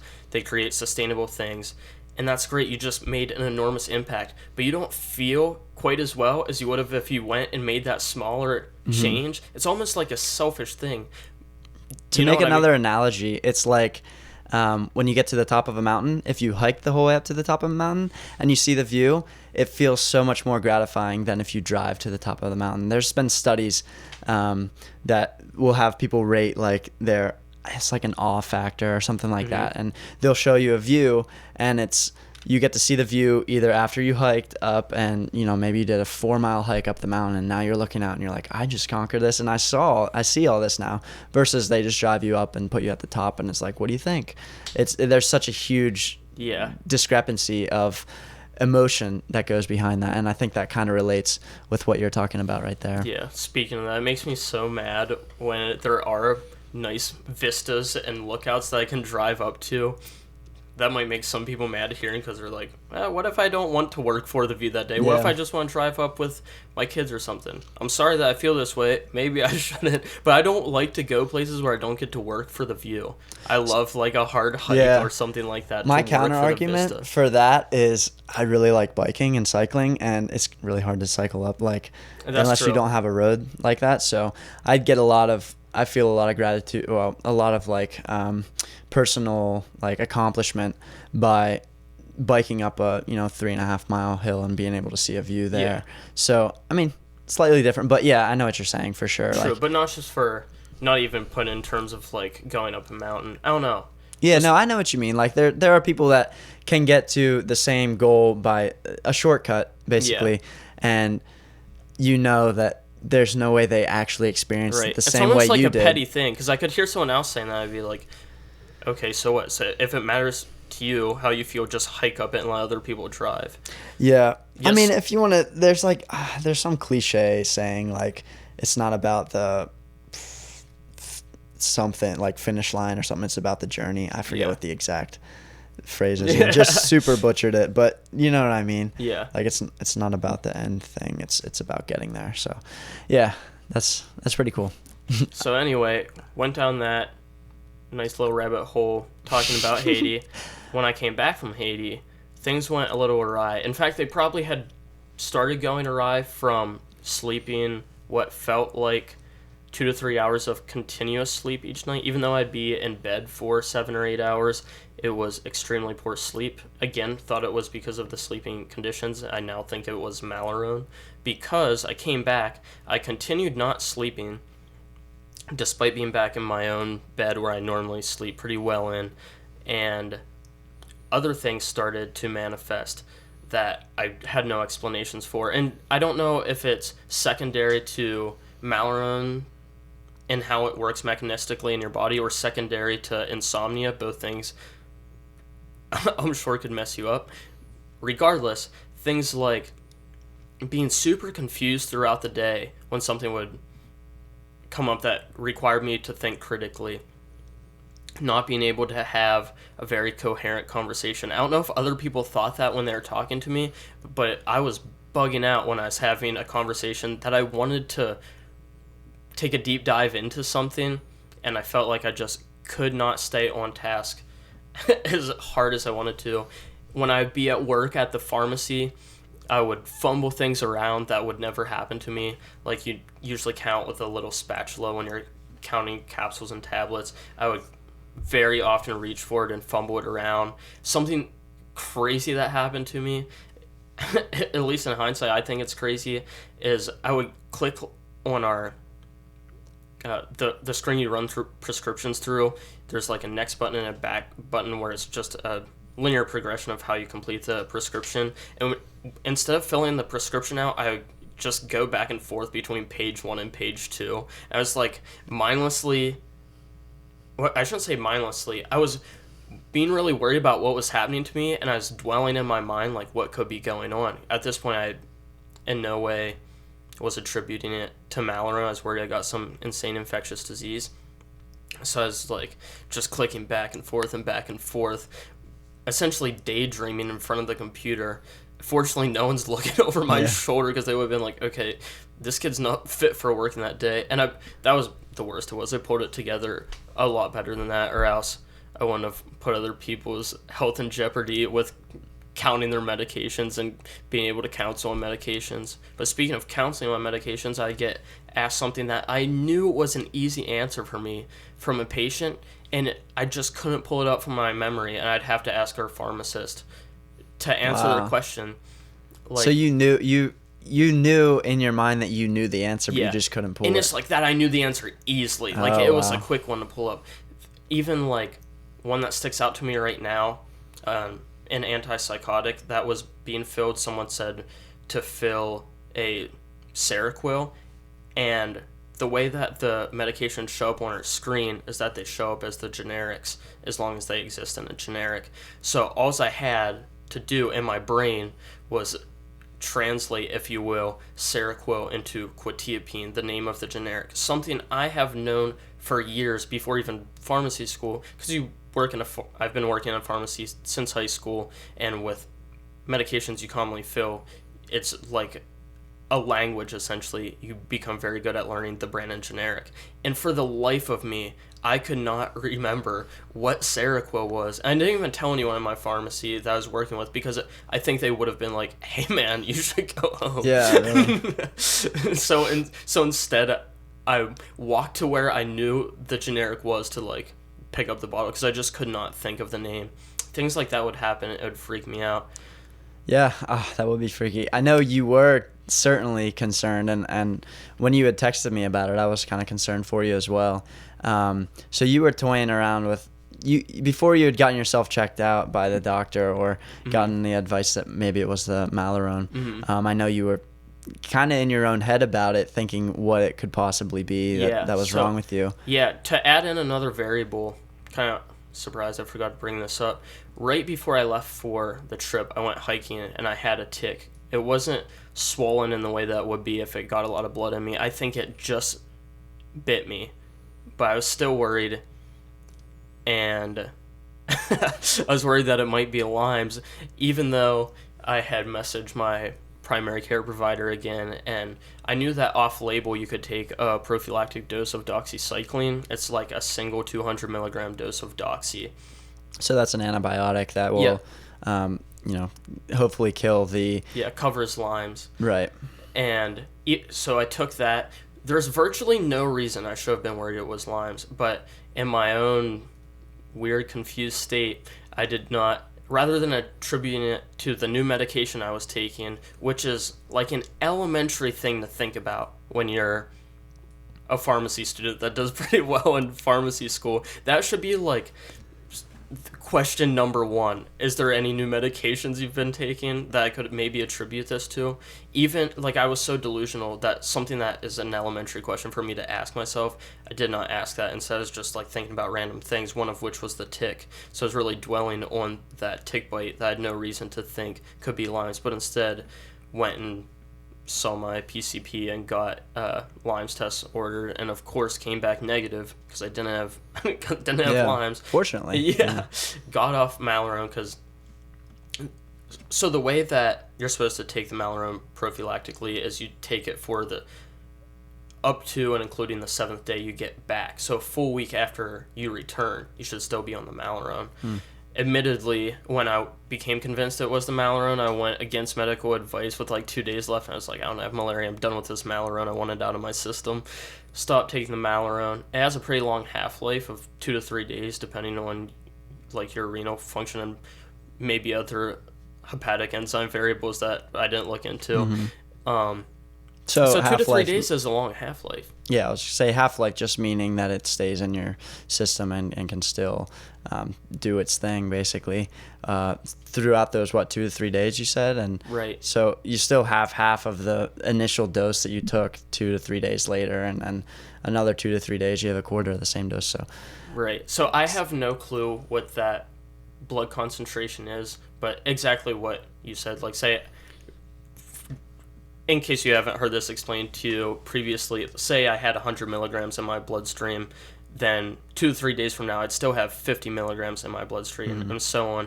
And there's no way for me to know at what threshold of blood level that those adverse effects were manifesting. So Right. yeah, 2 to 3 days might pass, but maybe that insomnia would happen at half that blood level I was already at, so then that's not going to go away yet until another 2 to 3 days. There's no way for me to know that.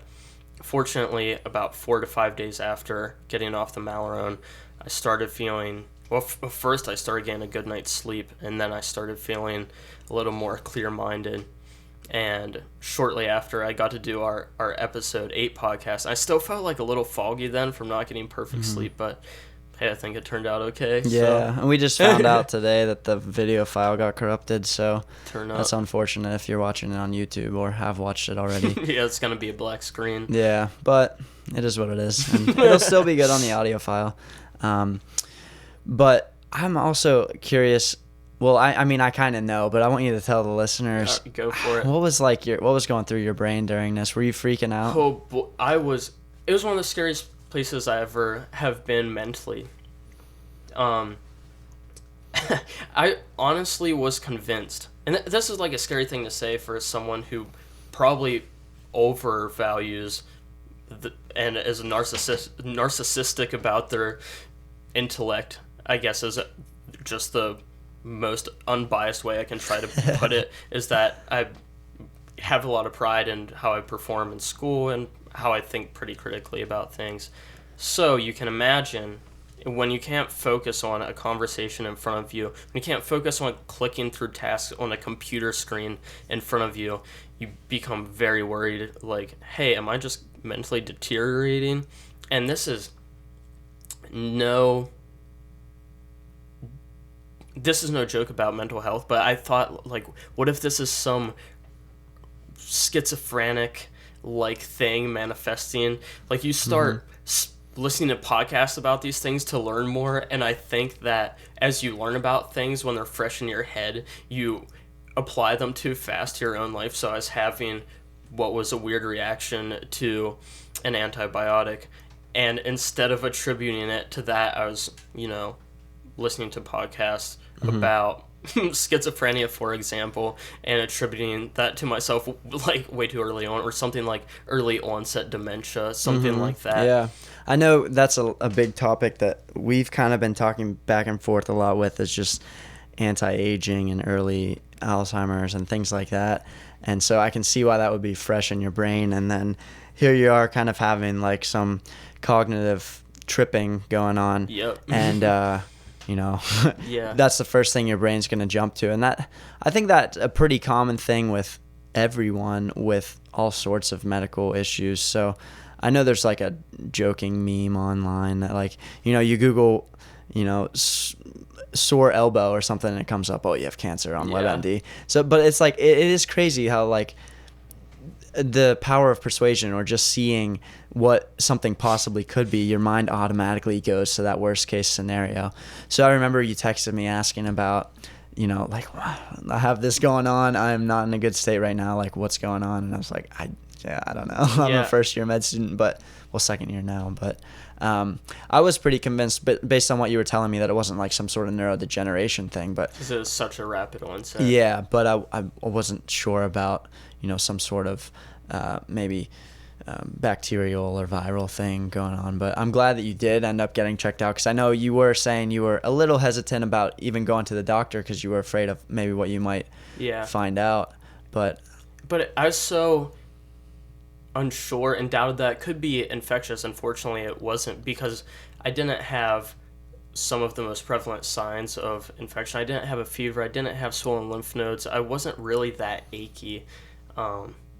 Didn't have a cough. So to me, I was worried that I was either going to be some really weird infectious disease that was going undetected by my immune system, and I'd be really freaked, or who knows, rapid onset dementia, something terrible that I would not want to happen. But that worst case scenario was going through my mind.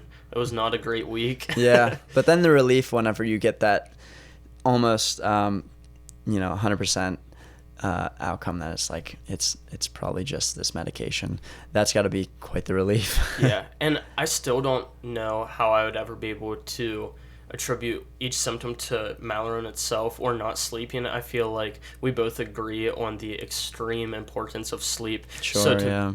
go 2.5 weeks with getting somewhere between 2 to 4 hours of sleep each night is, you can imagine. Is that all you were sleeping when Yeah. you had that insomnia? That's crazy. Yeah, I'd go to bed and fall asleep around like 10:30, 11 p.m. I'd stay asleep usually to around like 2 a.m.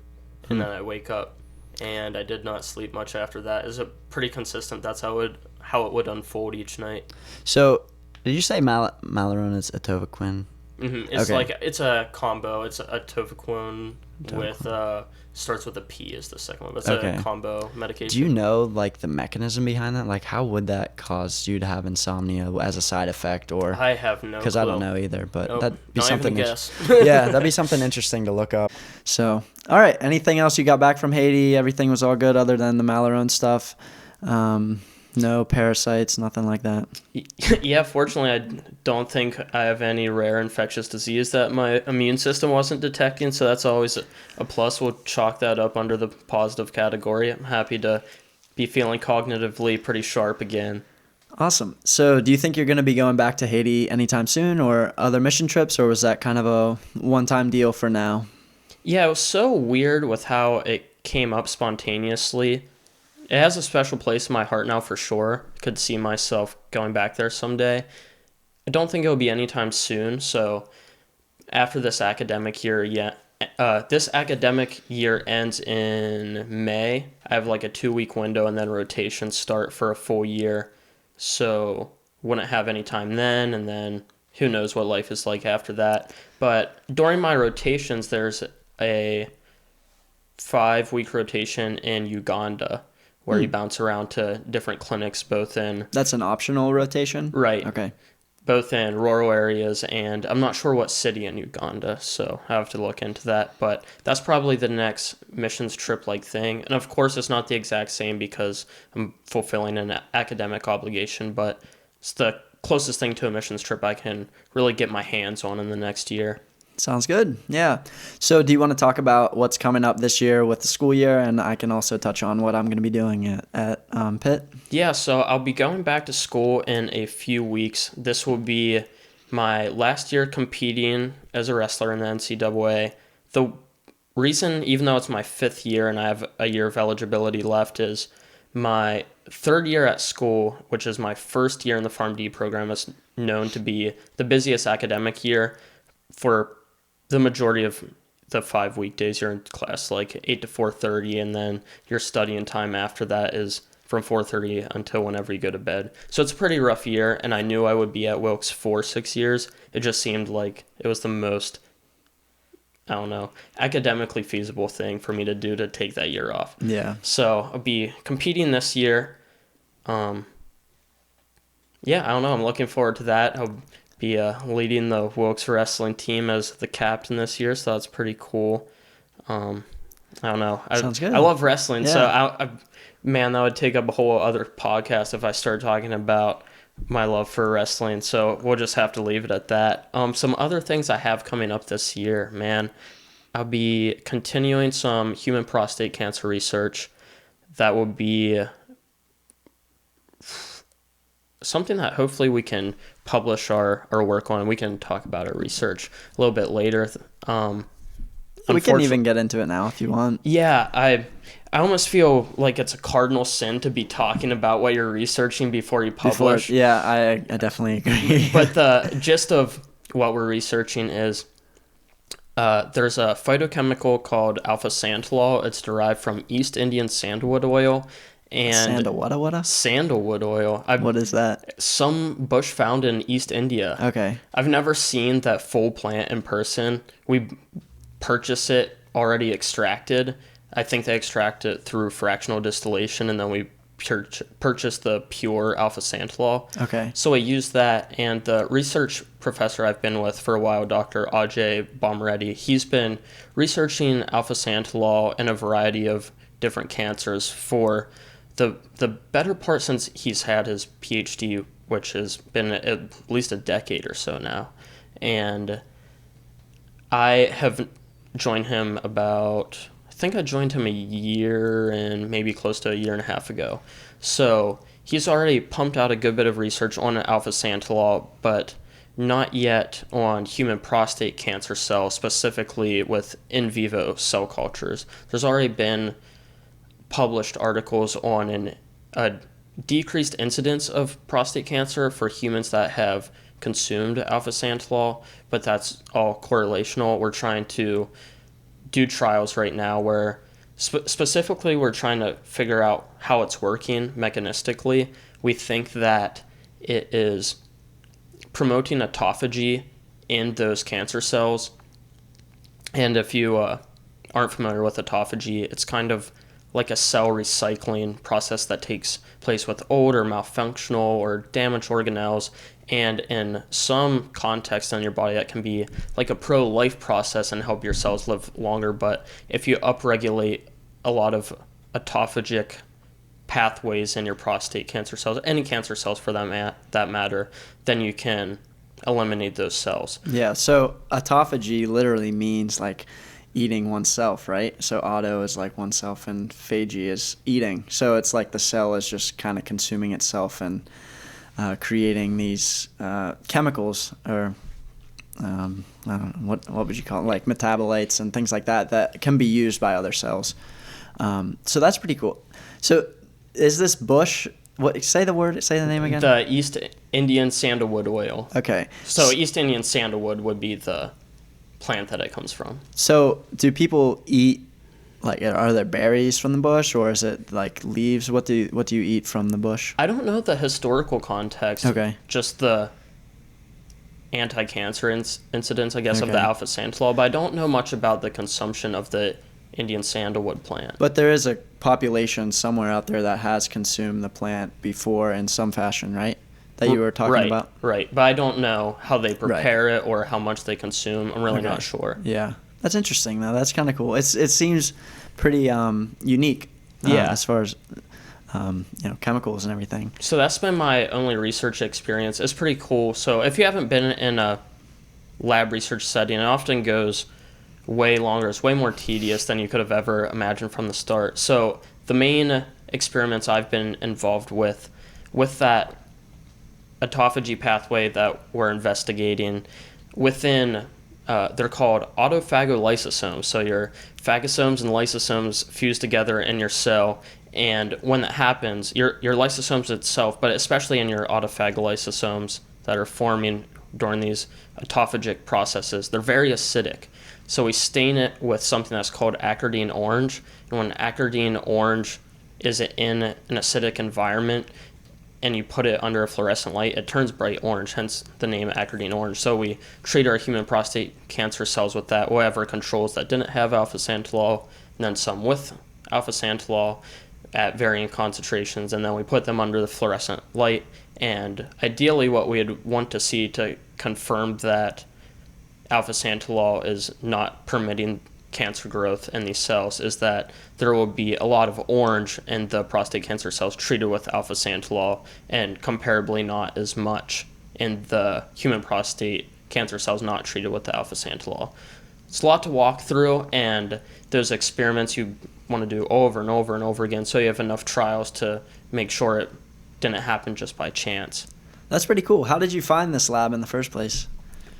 This professor, Dr. Bomaretti, he taught my medical anatomy and physiology class during my P1 year. I got pretty close with him then, and about midway through my P1 year, I talked to him about the research he was doing because I wanted research experience. I didn't know who with. So I talked to a couple professors I had already during my P1 year that I knew had ongoing research, tried to learn more about what they were doing, and I don't know, I was just most fascinated with the human prostate cancer research. Cancer research in general is something I at least want my foot in the door in. I personally don't see right now a career in oncology or oncology research personally, but I'm still interested in it. I want to understand it more because it's so complex. So when I found out he was doing prostate cancer research, I was pretty certain that's what I wanted to do. And I'm glad I did it. That's awesome. Do you think you'll be sticking with him for the next, finishing out your career at Wilkes? Yeah, for sure. Very cool. Awesome. Yeah, so do you want me to talk a little bit about what I'm doing research-wise too? Yeah, absolutely. So mine's more on the clinical side of things. There's a big sample data set, or not a sample data set, but a big data set of subjects that I'm working with that have come to my PI. She's a physical medicine and rehabilitation. PI is principal investigator, right? Yep. So like the lab leader, basically. So these subjects will come to her after they've had a traumatic brain injury, so something that they either hit their head or penetrating trauma or something like that, but not concussions. So these would be things that are a little more severe than a concussion. So moderate to severe traumatic brain injuries. And what I'm looking at with these people that come to this doctor, the physiatrist, who's also my PI, what I'm looking at is whether or not their sleep after they've had this injury is affected, and how that affected sleep, if it is affected, is causing their recovery to be better or worse. So if somebody is having a very poor quality sleep following their injury, the prediction is that their recovery is going to be a lot worse than somebody that's sleeping well and is getting the right number of hours of sleep. So I know we've talked about it before on the podcast, but I really enjoy sleep and sleep research. One of my favorite researchers is Dr. Matthew Walker, who works out so he works out at UC Berkeley, and he's been on a lot of different podcasts and news shows and all sorts of things like that, talking about how important sleep really is for us. And he also wrote a book called Why We Sleep. So after hearing all about Dr. Walker's research and everything in the sleep field, I got really interested in it. And so I went to my PI, who is the traumatic brain injury researcher, and I asked her if she had any sleep data, if she ever collected anything on sleep. And she said she had a little bit, so that's what I'm working with now. But I think after this project, I'm probably going to switch gears more to like an overall sleep research project rather than traumatic brain injury and sleep, because the main focus of the lab that I'm in right now is with traumatic brain injury. But I have a co-mentor who's in the sleep department, and he's got some cool projects that he said I could come help him out with, so that would be pretty cool. Awesome. Going back to your sleep research quick, how do you determine then what's a high versus poor quality of sleep in your subjects? So there's different surveys. The problem with the data that I have is it's all self-reported, which can include some biases from the subjects. But basically it's a survey called the Pittsburgh Sleep Quality Index. I think I got that right, PSQI. So they'll rate, how many hours are they getting per night? What time do they go to bed? What time do they wake up? Are they waking up in the middle of the night? Do they feel like they got a good night's sleep and rested after they wake up? All sorts of questions that'll monitor their their sleep quality and quantity. So that's what I'm working with in the traumatic brain injury lab, which coincidentally that PSQI, the Pittsburgh Sleep Quality Index, was designed by Dr. Bicey, who is the guy that I'm working, that's like my co-mentor, which I kind of randomly got paired with. So he's the guy that has all the other research that I'm interested in getting in. So I know that's kind of all a very jumbled way of saying it. But dang, so he's a pretty well-known sleep researcher. He is, yeah. So he's got a lot of awesome papers that he's been publishing since probably 1988, 89, something like that. So he's got a lot of pretty cool stuff, and he's a pretty well-known sleep researcher here on the East Coast. So it would be awesome to be able to get a little bit more involved with him. And I also really do enjoy the traumatic brain injury stuff. That was all my undergrad research as well. But I think I'm going to start switching gears a little bit. So anyways, that's my story with research right now. I'm working on that project, and I'm finishing that up for the summer.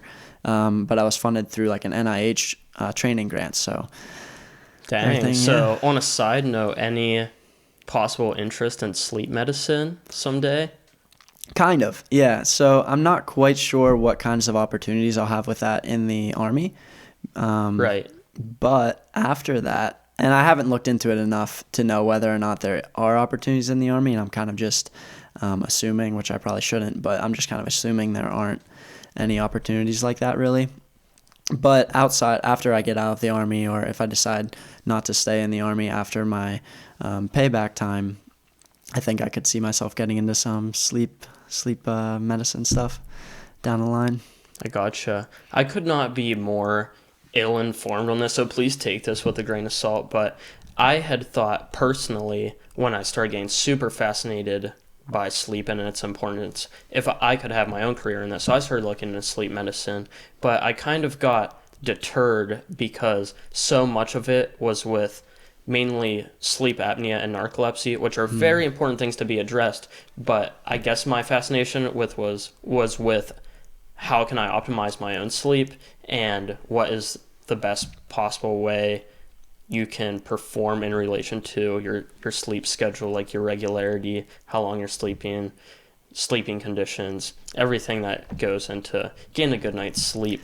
And when I listened to a few physicians that I did practice within sleep medicine through podcasts, they were like, if you want to get into sleep medicine, you better be prepared to be an expert in sleep apnea and narcolepsy, because that's the majority of what you're going to see for the rest of your career. Yeah, and that's partly why I said maybe to that. I think more what I see myself doing, and what has also more opportunities in the Army, is being a family physician, or the first general practitioners that someone's going to see coming to the doctor.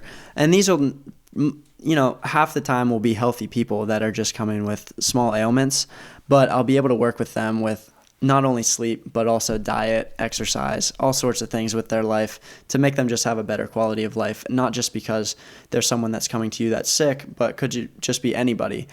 So I think that kind of gives me more of a scope of people that I can work with. And I don't know if I see myself necessarily always being in like the operating room or in the intensive care unit, because I think I could see myself getting jaded in something like that. I think I would like to have more of the patient side of things where there's also healthy people coming to see me.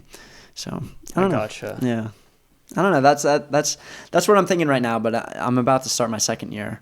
So still got plenty of time to figure it out, and then we'll see what happens with boards and all that stuff as far as where I'll end up as like with a residency. Awesome, dude. I know we have a lot of time ahead of us, but it's kind of fun to pick each other's mind about future career options. I'm sure we're going to change our mind a lot more, at least in the minute details along the way over the next couple of years. Yeah, so this coming year at Pitt, my second year of medical school, it's all organ blocks is what they call them, our classes that we have. So last year we had all basically general science, basic science stuff like biochem, genetics, anatomy, pathology, histology, all that stuff. This year we have, it's broken down based on organ systems and different parts of your body. So we actually ended our first year with neuro, but now we're starting with cardiology and then renal, pulmonology, and then like musculoskeletal, derm, all sorts of stuff. So we're getting these different organ systems, which can kind of steer you one way or another as far as specialty goes. So maybe if I find out that I loved cardio, maybe I'll see myself working, in that field someday.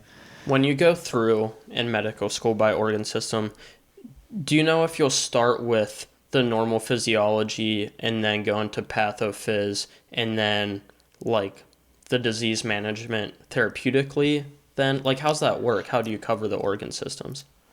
Based on the way we did it in neuro, so that's the only organ systems block that we've taken so far. It was neuro and psych.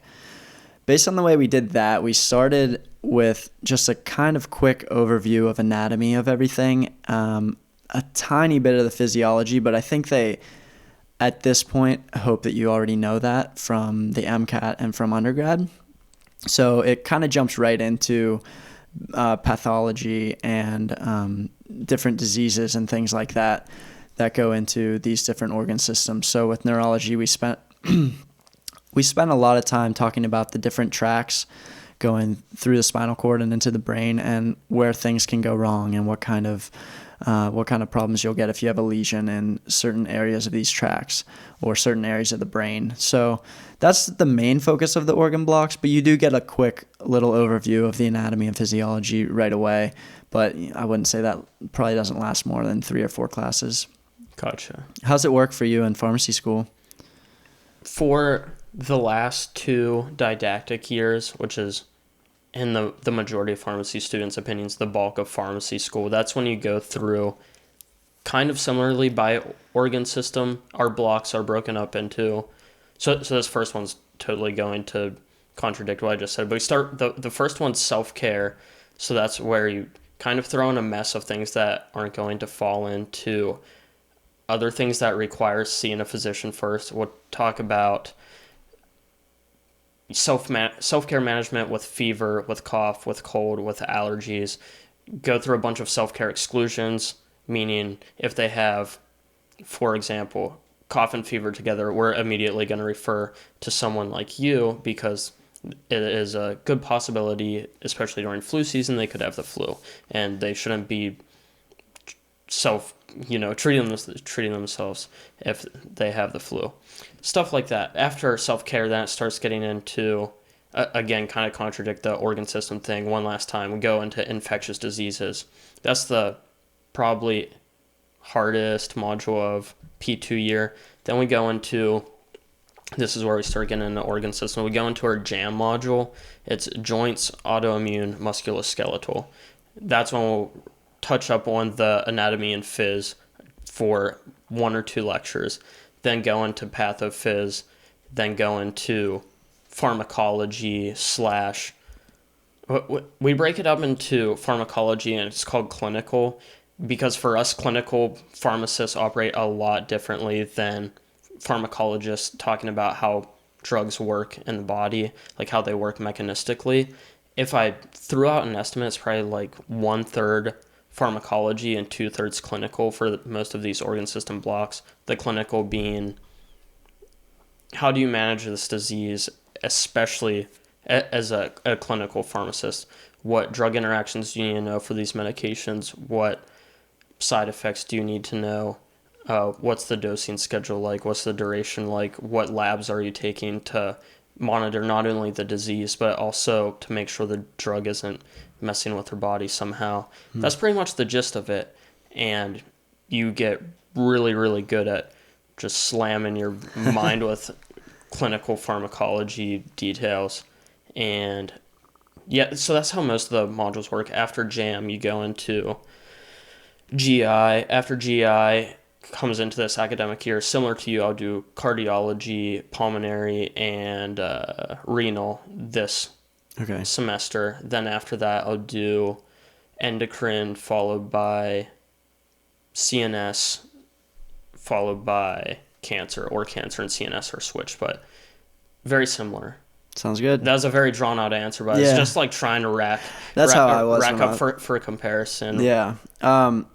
Sweet. So maybe before we lose too many people on us just talking about specifics of school, do you want to switch gears and we can talk about anything else, I guess? Yeah, so we didn't get to talk about your summer experiences as much as mine. I think people would love to know more about your Army obligations, what you were doing out in Oklahoma. Yeah, so I went out to Fort Sill, Oklahoma at the beginning of June, and I was there until July, came back around mid-July. So what that was direct commission course for incoming officers into the Army. So for this one, specifically, it's through AMED, which is the Army Medical Department. So a lot of the people that were there, a lot of the trainees like myself, were all, either medical students, nursing faculty, I guess. I don't think there were any nursing students there, but there were a lot of already completed their RNs. Mm-hmm. And then there were PAs and all sorts of other medical practitioners like this entomologist that I interviewed and things like that. So anyways, all of us were there for DCC. There were 300 of us, and they split us up into 4 different platoons. So the 300 of us were considered a battery, and then because it's an artillery base, they call it a battery. Okay. And then they break that down into platoons. So there were 4 platoons of 75, which is pretty large for a platoon. And then each platoon gets broken down into squads, and then squads into teams. So anyways, there were 300 of us there. We were all learning basically the fundamentals of the Army and how the Army works. So these are all people that have never been in the Army before. For the most part, there were some prior enlisted people there, but we're all learning how to march and salute and learning how to just, the different customs and courtesies of the Army and the military in general.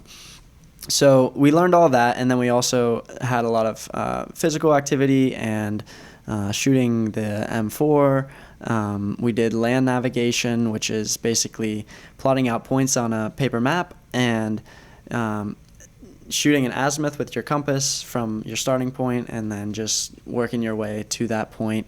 And whenever you'd get to the point in the middle of the wilderness, there'd be a little sign there with a number that you'd write down to make sure that you actually got your point. So that was land navigation.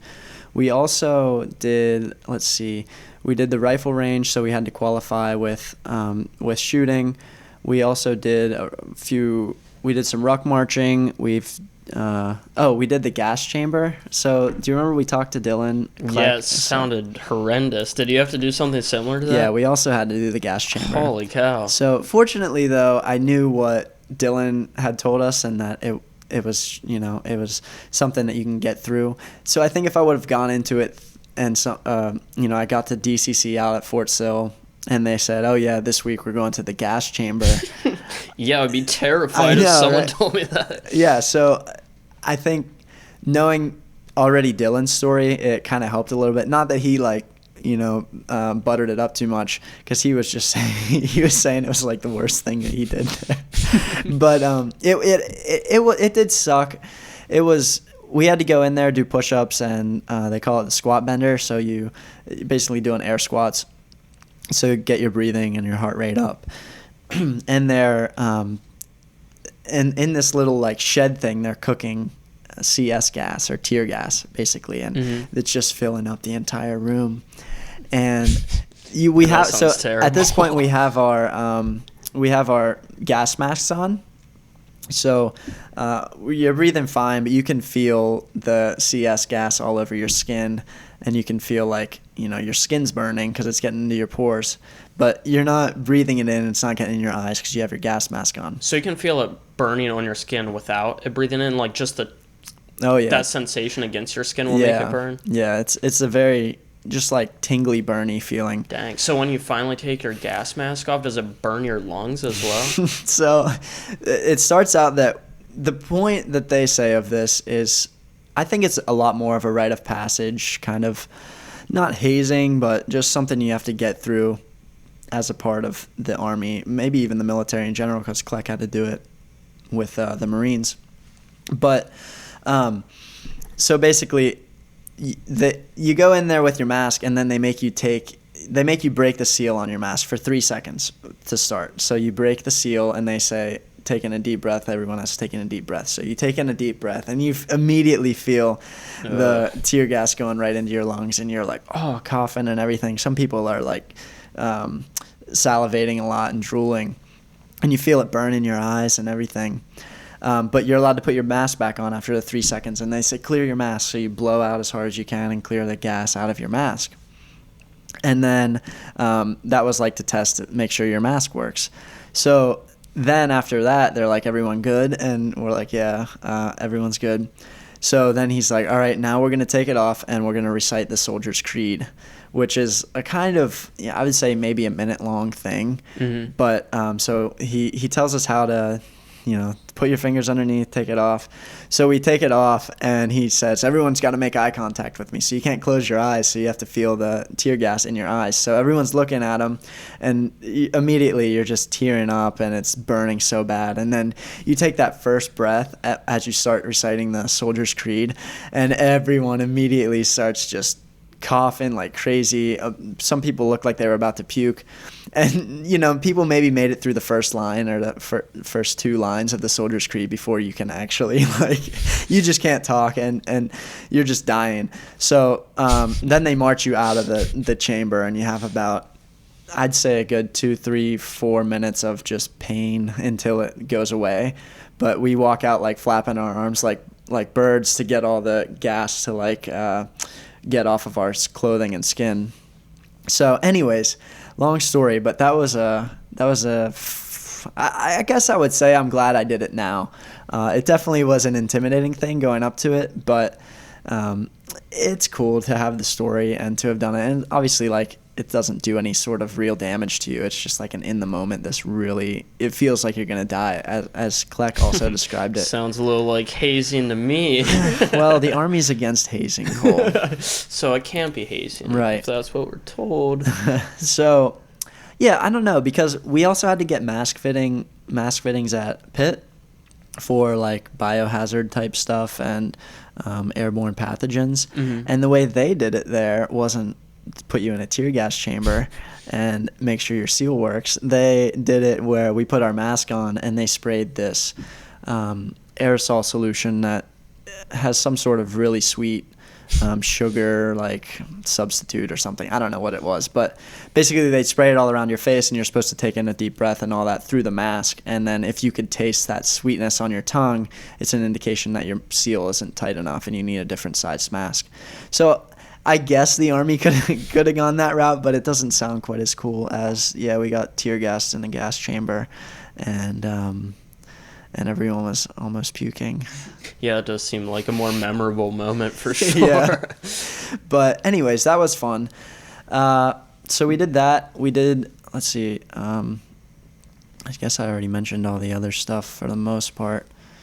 They had a cool, well, I actually have a really funny story if I can tell it. So I think I can tell this. I'm just going to not include any names. Oh boy. All right, yeah. Let's hear it. So, not to paint a bad picture of the Army, because I do love the Army, but some of the people in there are a little sketchy. Not necessarily, but just this story will kind of make you think that maybe. Anyways, so there's a bunch of students, 300 of us, and then each platoon is broken up into 75 people, as I mentioned, and each platoon has their own cadre. So cadre in the Army or in the military means basically your instructor set of people. So these are our sergeants and our captains and lieutenants that are teaching us the courses there and are leading us through PT and things like that. So each platoon has their own cadre. So for our platoon, we had 4 different cadre. We had 2 captains and 2 sergeants. Anyways, one of the classes we have is basically like uniform, justice code and uniform services justice code. So the military has their own legal system and all sorts, and their own rules and laws and everything. So we learned about that one day, and one of the laws or rules is that enlisted individuals, so people like privates, corporals, sergeants, those folk which are different from the officer side, like myself, like the lieutenants, captains, majors, colonels, generals, all sorts of stuff. Those 2 different sides aren't allowed to have any sort of romantic involvement. It's called fraternization. Okay? So you're not allowed to, you're actually not, I think, even supposed to have like a relationship as like 2 friends going out for a drink at a bar. I'm not sure how strict that is, but anyways, so no romantic involvement. And also, let me just preface this with, we're all trainees, right? And trainees are also not allowed to have any sort of romance, no sex, nothing like that as students.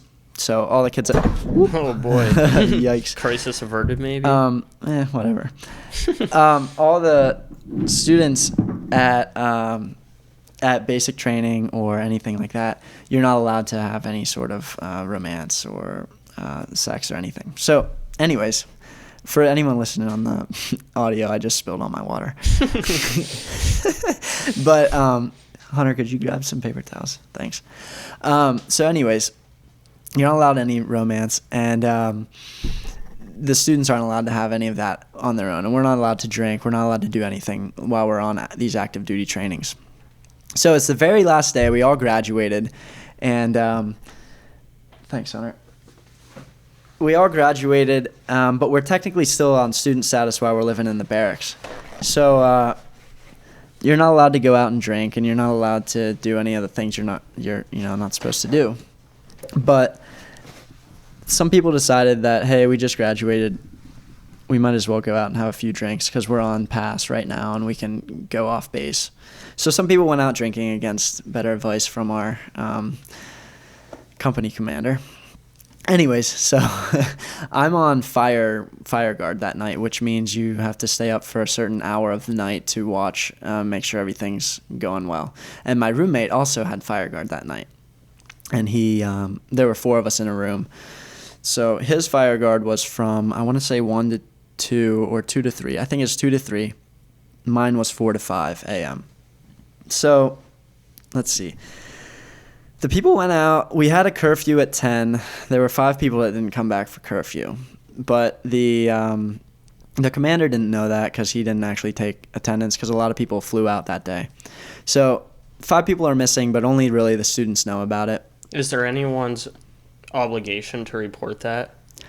We'll get into that in a second, but not necessarily. Like we're all kind of like I guess technically we should report it if we know about it. Yeah, I didn't know if there was specifically like a captain or something that's like, if any, like they should be taking the role. I don't know. Yeah. I don't know if there was someone that had more responsibility on their shoulders than any of the other students, if there's something like that.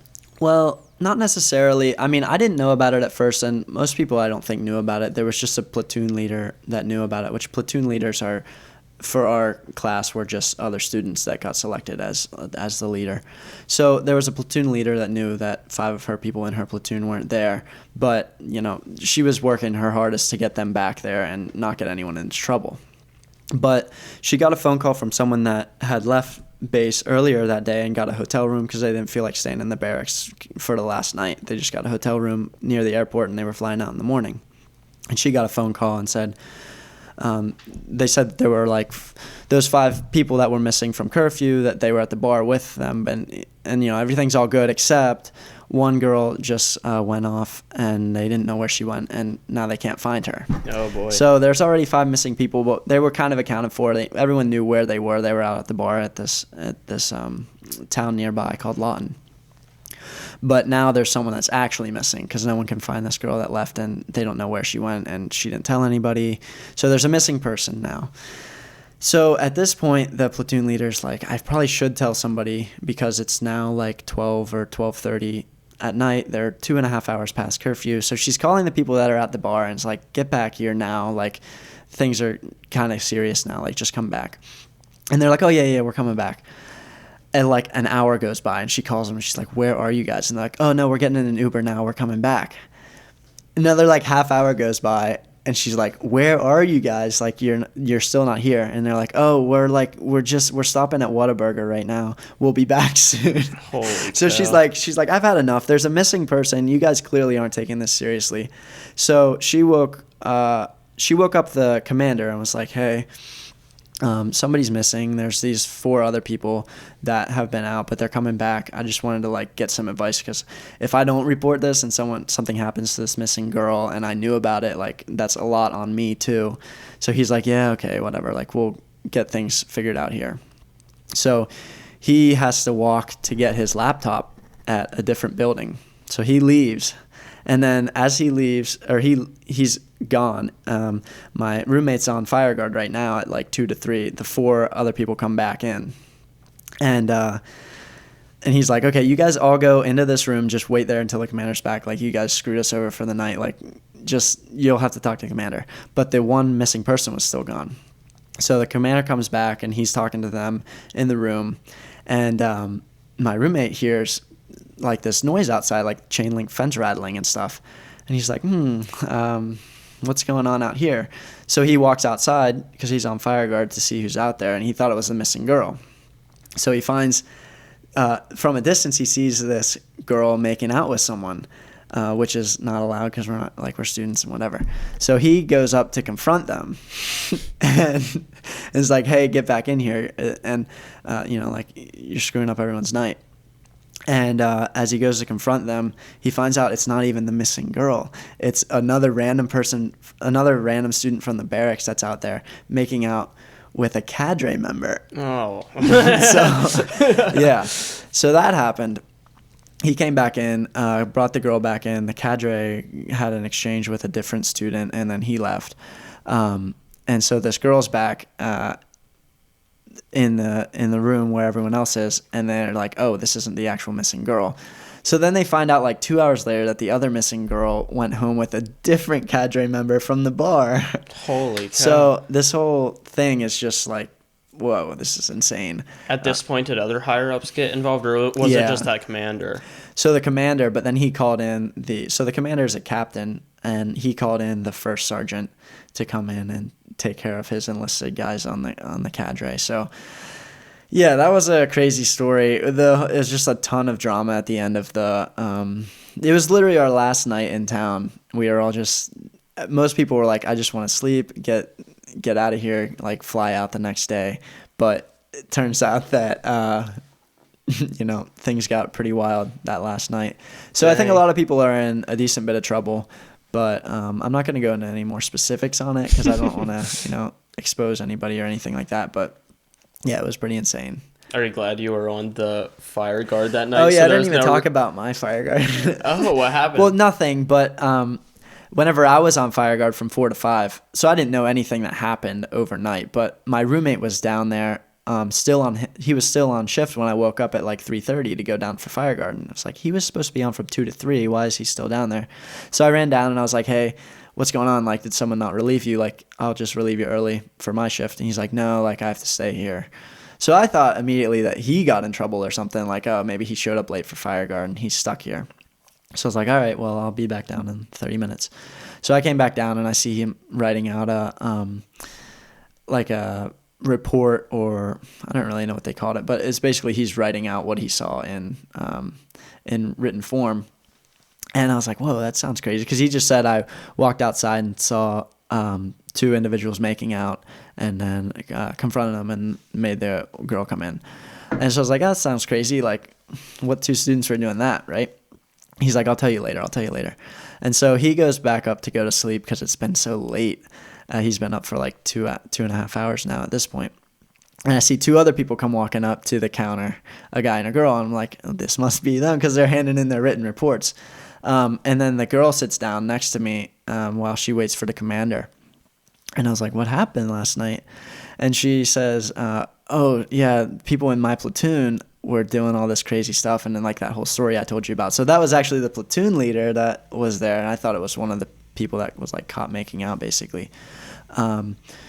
Anyways, so I got the whole story overnight and got to see all the people like coming and going and seeing what happens. So, but one of the things that's crazy to me is if you get in trouble with the military justice system, you're stuck at your place of wherever it happened or wherever you're on active duty at. So these people are, if they're actually getting in legitimate trouble, they're stuck there in Fort Sill for like 6 to 18 months just waiting for, whatever happens with their legal system. So that's pretty crazy. These are like possible medical students and stuff that will maybe have to take a year off because of this. So I don't know. It depends how far they want to pursue this stuff. But whenever the first sergeant came in, people overheard him saying, start the Article 15s now, which means basically they're going to get into a decent bit of trouble. So I don't know. It's crazy. It's just, it seems so silly, just like people making out. It's like, come on, who cares? But right. I mean, it's easy for me to laugh about from the outside looking in, but if you're there and one of your few listed out requirements is not to, you have a set curfew, you're here for one more day. Exactly. Why mess it up for yourself? You have a set curfew, you're not allowed to drink in the first place. They all went out drinking. They didn't come back for curfew. And then fraternization, you can't, even if you weren't on student status, which you're not allowed to do any sort of like sexual stuff in the first place, even if you weren't on student status, officers and enlisted aren't allowed to hook up or anything like that. And so the ironic part is the same cadre that are teaching us, about fraternization and this isn't allowed are the ones that get caught doing this stuff. So I don't know. That's not a knock on necessarily on any of the cadre at Fort. So my cadre specifically were awesome, and I really enjoyed my training there. But there's just always a few bad apples, I guess. Yeah, hopefully that was an anomaly for... Yeah, I don't think this kind of stuff normally happens. And I guess we don't normally hear about it, and I don't know if that's because you're not allowed to talk about it, but no one said I wasn't allowed to talk about it, so I'm talking about it. The Fort Sill conspiracy of 2019. Yeah, exactly. So all right, so that was my Army training, and very long story about something that kind of had a quick punchline anyways. We had a fun little obstacle in the middle with cleaning up our water. So yeah, things are looking good right now for those not watching the video. I think we're still rolling, and we didn't start an electrical fire yet. I guess that wouldn't happen with water. I don't know what would happen. I'm not really electrically minded. That could probably happen, right? If you pour water into like an electrical outlet and it starts like short circuiting and stuff. Electricians, please send in your insights for the next episode. Tell us what will happen when we keep spilling water on our equipment. On everything. Yeah, my bad there. All right, yeah, so what else should we talk about? What do you think so far? We've had, I guess, 10 guests, right? 10 or 11 guests. And so far, I thought it was pretty cool. I've learned a lot from these people. Yeah, I've learned a lot. And even without having cameras and mics to capture it for other people to hear, I'm a sucker for a good conversation. And I enjoyed being a listening ear and trying to take some stuff in. And even if I only remember snippets of it, a few weeks, a month, a year down the road, it's cool to look back and know that because of a long form conversation I had with someone is the reason that I'm making a decision maybe a little bit differently a year from now, or maybe I'm just pulling up some knowledge to share with some other person a year from now. I don't know. I think it's really cool that a single conversation can change my thoughts, change my words, change my actions.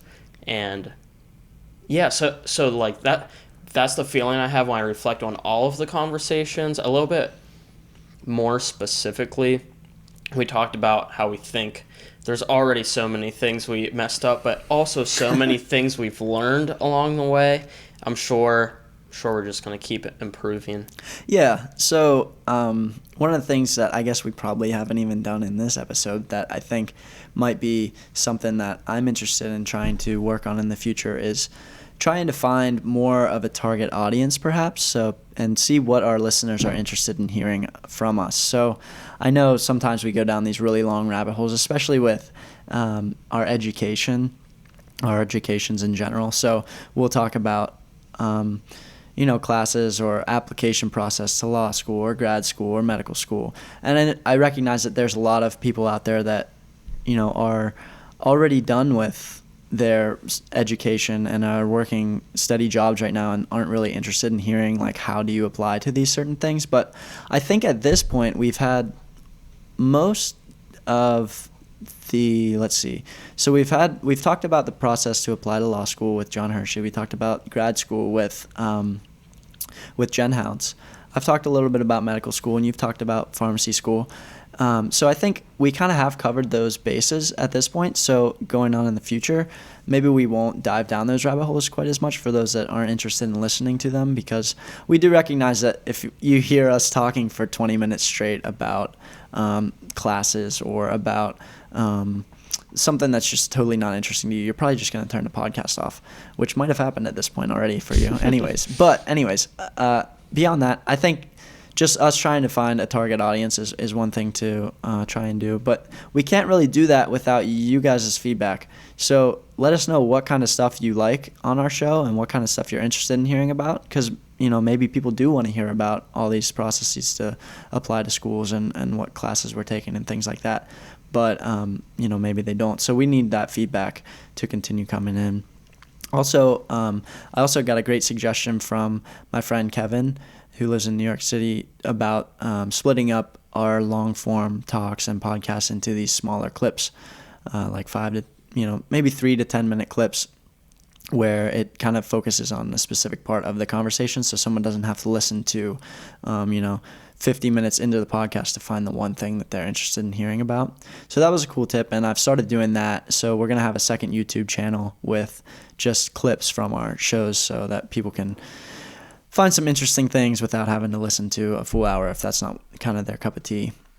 Anything else you think we should work on going forward? I know we've been kind of focusing on trying to do a little bit better with the audio and a little bit better with the video. We're taking multiple shots of things now, and we're trying to hone in on our mics and, I don't know, trying to figure out a better way to capture our audio so that it sounds good for people. Anything else you think we should work on going forward? Maybe not working on, just something to bring up. A couple weeks from now will be the beginning of the longest segment Nick and I have been apart for being able to get back together and do these podcasts. So it'll probably be a lot more solos, and we'll still find a way to make those recaps, the first of which we're doing right now, work out every 10 or so episodes. But for the most part, all of those episodes in between are going to be solos. And I'm sure you'll see very quickly that my editing abilities not quite as great as having Nick and Hunter by my side to help guide me through it. So it's going to be a sharp learning curve for sure. Yeah, and on top of that, we're getting thrown right back into classes and everything. So I don't know how much time, honestly, we're really going to have for these 1 to 2 hour podcasts on top of editing and uploading and all sorts of stuff. So we're not going away, but, we'll still be here, just maybe not quite as frequent. Absolutely. Yeah, so let's see. Anything else we should talk about, do you think? Should we talk about the main points of each of our guests, like real quick? Do like a 10-minute segment of, 1 minute each for each guest, like maybe what did we learn from Garrett's episode and what did we look up from that has changed our outlook, and what did we learn from Dylan's episode and change our outlook on that. So maybe that's something if people are interested in. I don't know if maybe they're not, then we don't need to do that, but Yeah. I mean, might as well give it a test run now. Yeah, should we? Okay. Let's go for it. All right. So our very first podcast was just our pilot episode. And, that's pretty much just who we are and what we were looking to get out of it. The second one was our very first guest, and that was Garrett Boblitz. So we had Garrett on right after he had won the state championship in the mile and the 800, which is the half mile. And, that was pretty awesome talking to him and getting his mindset on running in general and just, what he does to prepare. I think it kind of helped me out when I was preparing and still kind of am preparing for the marathon, just as far as a motivation type thing. He talked about his mental self-talk where he's just one foot in front of the other and trying to distract himself from the pain. And I've kind of been doing that now. So anything else that you want to highlight from Garrett's episode? Yeah, something that people might not have thought about just listening to the conversation, especially if you didn't watch the video, is that, in my opinion, Garrett was so articulate for someone that's still in high school. And I know I would have been really not that willing to come on a podcast and talk about any sort of athletic or academic accolades that I just recently accomplished. I wouldn't have known what to say. I would have been given really short answers. Garrett did awesome. It was awesome to listen to him come on. And even though he's a very humble dude, he still has this sort of confident essence about him. He's really fun to be around. Yeah. So it was, I don't know, almost crazy how would you say it? Forget it. Can't think of words. Guess that Malaron's still just lingering around, just he's suppressing the word recollection. He's definitely an awesome guy. I remember when we texted him about it, we'd said like, "Hey, do you want to come on the podcast tomorrow?" And he was like, "Yeah, dude. Like, I'd be down if you want me to." It wasn't like, "Yeah, I can't wait to come talk about myself." But we had had an awesome conversation with him, and I think he was a great guest to kick off the show. So going on from that, we had Dylan Klex was our second guest, and he talked about his journey in the Marines so far and being stationed out at 29 Palms in California. And I think that for me personally, I learned a lot from it because this was right before I went out to my training with the Army. So it kind of helped me get adjusted before I actually got there for the training. And I think it's also very helpful advice for civilians as well, because there was a lot of stuff that he talked about as far as mentality and just staying strong through tough times. So what do you think about Dylan's episode? Yeah, I know why it would be very directly applicable to you right before you went out to Fort Sill. Me personally, don't have any direct involvement in the armed forces, but I've had a very personal interest, though, in learning about the mentalities of people in the armed forces. Right before Dylan came on, I had just finished reading 2 books pertaining to mentalities of specifically people in the special forces. I read Can't Hurt Me by David Goggins, who was a Navy SEAL, also Army Ranger, became ultramarathon runner. And then right after that, I had read Extreme Ownership by Jocko and Leif Babin, both Navy SEALs. And there's something so authentic about both of those books, about how much they love to struggle, and they're worded in very different ways. And you see that come out in that conversation with Dylan, is that he wanted some bigger purpose for himself to the point where he's willing to go struggle.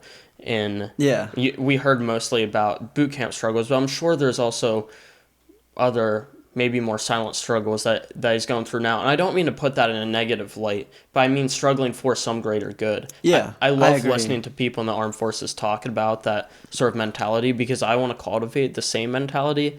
So hearing Dylan talk about his experience so far kind of reconfirmed that for me. Yeah, absolutely. I totally agree with that. Those guys you talked about, like Jocko, those guys are awesome. I love listening to them. And I haven't read Extreme Ownership yet, but that's on my list of what's next to read for me. So yeah, that was cool having Dylan on. And then our next guest was Caleb Foster. Correct. So he travels the U.S. through these seasonal jobs, and I think he's actually somewhere right now. I just saw on his Instagram. Yeah, him and Chad just went back out to Colorado. Colorado, okay. And they were just at Ocean City again as well. Mm-hmm. So those 2 places have a spot in both their hearts. So that was a cool podcast. It definitely inspires me to want to do more traveling. Unfortunately, this summer was pretty jam-packed, but there's so much of the world that's left. I mean, I've barely seen any of it, really. There's so much left for me to see that I need to budget in that time somewhere to be able to go check out these national parks. Like, there's so much even in my backyard that I haven't seen yet. Like, I think John Hershey, who was coincidentally another one of our guests, posted something like, "How Pennsylvania are you?" and on Facebook, and you get a score based on which of these things you've done already. And there's things that on there that I totally didn't do here in Pennsylvania yet, like see the Pennsylvania Grand Canyon, or go out to these places like see falling water out, which is like only 45 minutes probably from me in Pittsburgh. So there's a lot of things I need to still see here in my home state, and then a ton of stuff I need to see in the country, and then just a ton more in the world. yeah, to see in the world. But Caleb kind of inspired me to want to do that again, like reignite a past flame I had for traveling. Yeah, Caleb to me is the epitome of a free spirit, at least among my friends. Him and Chad are so free-spirited. I really hope we can get Chad on in the future, because even though they went to a lot of similar places, they had different experiences. But that's for another conversation down the road.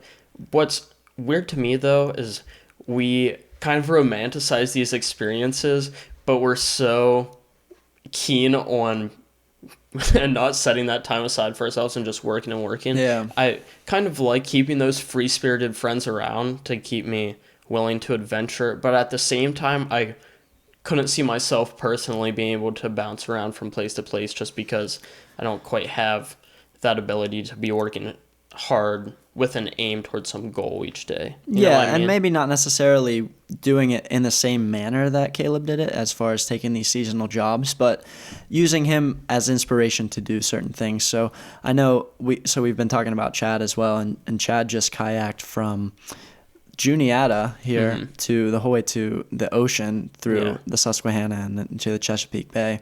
Yeah, I think it goes to Chesapeake, and then he went to Rehoboth, and then to Ocean City. Wow. So that is a long kayak trek.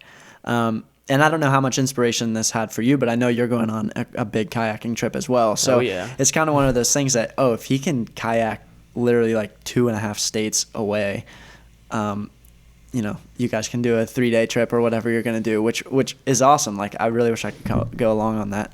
That sounds like a really fun time. Yeah, that man doesn't slow down. The first long kayak trek I did was with Chad, and that man does not want to stop paddling. To me, we had set aside 3 days, and I thought it was going to be 3 days of relaxing, and I was finally going to be deloading from workouts for the first time in a long time. It's just going to take it all in, really channel that free-spiritedness finally. And as soon as we got on the river, Chad's like, all right, we got to just pound it out until we get to Harrisburg. Plus, it didn't help matters that we got thunderstormed on the first day, and we had 2 days to do like a 50 or 60-mile trek on the river. Jeez. Yeah. So that man, even though he is willing to venture from place to place, he is just all in on getting as much out of the adventure as possible and doing it as quick as possible so I can bounce to the next one right away. Yeah, I agree. So our Caleb podcast, kind of our analysis turned a little bit into Caleb and Chad, but I really see them kind of as a package deal myself, just because they're always together. But so that was our third guest. Yep, and then that's with Taylor next. Yep, that was an awesome conversation as a listener to listen to. So any big takeaway there as far as like content of that for you?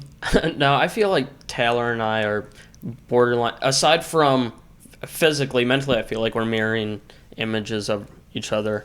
We can be in the same room for 5 minutes and we want to start unpacking our life mentalities, and other people will probably get so sick of us talking about cultivating a hard work ethic and whatnot. It doesn't take long for us to start talking about that. So unsurprisingly, that was what the majority of the conversation was focused around. So of course I had fun. I hope other people took something away from it. I totally enjoyed it, and I think a lot of people did as well. I think on our SoundCloud that has the most listens right now by a pretty big margin, so that's pretty awesome. And then I think the next podcast was my solo one with Captain Durham out in Oklahoma. So that one, similar thing, it was like my first solo one, and I enjoyed it. I think my biggest takeaway from that one is just not being so scared of GMOs and non-organic things. So he had talked about pesticides a lot, and how, pesticides aren't really these terrible things that everyone makes them out to be online and in various articles.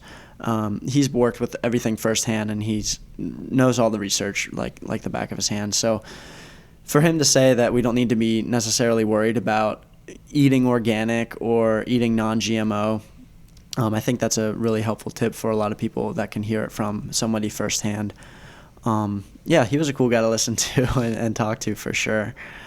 So then after that was we got reunited after I got back from Oklahoma, and that was our first episode back was with John Hershey, who's the state representative and good friend of ours. So what'd you take away from that one? Learning about politics, just becoming more educated, because I ridicule myself all the time for not being politically educated enough, and just to hear him talk about how you can learn about what's going on at your state and federal, political level, and approach it as unbiased as possible, which is something I love about John and his younger brother Tyler as well, is that even though they're both pretty conservative, they're really careful about how they learn about things and form their own opinions on them without looking through it towards only the Republican lens. And I feel the same way about other friends that, are Democrats, but in this context, both of them are Republicans. And it just has a special place in my heart that people can set that political agenda aside and be like, all right, how can I just pursue the truth here and then form my opinion on it? And a lot of what John talked about, especially towards the last third of that podcast, I feel like that's what I got out of it. Yeah, I definitely agreed. John was a cool guy because of he doesn't seem like your typical politician. He's not your typical politician. He's not the type that you typically picture of like a corrupt person and doing just things for their own, good. He really does care about the people. And I got a lot of feedback from listeners that had listened to that podcast who are more left-leaning, liberal side, and listened to a Republican talking about, being more middle ground and being a young conservative, and they said that they were pleasantly surprised by that. And so I think it would also be good for us to get the other side of things on the show at some point as well, so we can show that everyone on both sides, that, you know, there's the extreme vocal people that fire everyone up, but for the most part, everyone's kind of, you know, reasonable, you would think. At least that's been my personal, I don't know, look on things with people that I know that are friends, family, that are leaning one way or the other. They're not bad people because they believe this, or they're not great people because they believe this. They're just people. And, you know, for us to really put such a divider in the middle of things based on political party, which John had talked about as well, is not, you know, it's not to anyone's benefit. So we had John on the show, and then I think was the next one my solo one with Jen? Yes. Okay, so I talked to Jen, my friend Jen Houts, and she talked a lot about her research studying the microbiome. So she's specifically studying the microbiome in birds, but this applies a lot to humans. And I think it really teaches a lot of people, and taught myself, just like, take care of your microbiome, because it does so much for your body and for your brain. And one of the things I really liked that she brought up at the end was how playing as a child in the dirt, and, you know, just putting your mouth on things and getting exposed to different pathogens as a young child is really helpful for your gut microbiome. So that was kind of cool. Yeah, it broke my heart a little bit that I couldn't be there for that one. When we had scheduled it, I had fully planned on being there, but that's when the Haiti thing came up and took that trip. But yeah. I think it still turned out all right. Yeah. And it was a fun show. It would have been awesome to have you there, obviously. But we'll probably get Jen back on at some point down the line after she's graduated and is doing some more awesome things. So you'll have to be there for that one. Oh, yeah. And I'll have to be there for the next one with Taylor. Right. So moving on from Jen, we had Jacob Younger come on. So this was your solo one. Right. So Younger thru-hiked the AT. Mm-hmm. He's a maniac. Unfortunately, we had some problems with the video file. It got corrupted, which really sucks, because I wanted to make some clips out of that for the other channel. But yeah, he had an awesome conversation with you. And yeah, go ahead. Sorry. It was just nice to hear someone very open and transparent about the struggles that he had. He did not hold anything back when he's talking about his frostbite and his plantar fasciitis and getting broken up with on the trail. Yeah, man. He was, I don't know, it was fun to just sit here and listen to him and be authentic about his experience on the trail. It's pretty crazy. And do you want to tell people what he told you off air right at the end? Yeah, speaking of things I could improve on, he told me pretty much as soon as we ended, he's like, oh man, we didn't get to talk about my bear story. It's like, what bear story? And he's like, well, I want to say he said around 30 miles left on the trail that a black bear with a cub had approached him and stood up on its back two legs, and I can't remember exactly how close he said, but close enough proximity that I was getting very, very worried. And he, in his mind, was like, I'm not going out like this. So he made himself as big as possible and started yelling at the bear. And luckily for Younger, it ran away from him. And I was like, holy cow, especially all of that kind of building up to that climactic experience of a bear encounter with the cub, especially, pretty much, in my opinion, one of the only times we're taught to be really afraid of a black bear is a mother with a cub. That's crazy. For that to happen right at the end when he was finishing up in Maine. What a way to finish the trail. Insane, dude. That's crazy. It is a bummer we couldn't catch that on the podcast, but what a story, man. That guy he's awesome. Yeah. I can't wait to hear the next one after he's done the PCT. Or he was talking about doing the Continental Divide as well. So yeah, or making his own pack company. So that's right. If he does make his own pack, I would love to rock that. And if any other listeners are interested, I'm sure from knowing Jacob that he would love to figure out who else is interested in his pack company. Yeah, definitely. So then we did a quick little Pittsburgh stunt. We did our first one there was with Reese Hayes, the movie guy. So I didn't know much at all about movies, about directing, even acting, anything like that. And so I think I learned a ton from him on that, and just kind of the behind the scenes thing that you don't really think about. And his shows are pretty funny to watch online. So yeah, he's a goofball. I didn't know what to expect either. You hear filmmaker, director, and you're like, okay, what level on the spectrum of a person am I going to be speaking with? And Reese is a very cool, humble dude, and as soon as he starts talking about himself, he plays himself down quite a lot, but he's worked on some pretty impressive feats so far for just being a few years into independent filmmaking. Yeah, absolutely.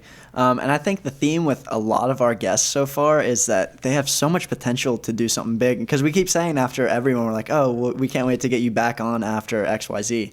And that's another thing, like with Reese, it's like after he does all these big things that he has planned for the future, it's going to be awesome to hear, his mentalities and how he's worked through everything to get to that point. Thanks for listening again. Send us your insights. Send us any feedback. We really love the feedback. We can't really function without the feedback, because if we don't know what you guys like, we're just kind of talking, two dudes talking. So I'm with you. Yeah. All right. See you, everyone. All right, everyone. Thank you all for tuning in. Please track us down on social media. Our Facebook is Insights of All Trades. Our Instagram is at Insights of All Trades. Our Twitter is at IOAT Podcast. And you can find us on Gmail. It is insightsofalltrades@gmail.com. So please just send us in your insights. It would mean a lot to us and a lot to everyone else. Meaning, send in any tips or tricks you've learned through your trade or your passion that you think everyone would benefit from knowing. So until next time, adios.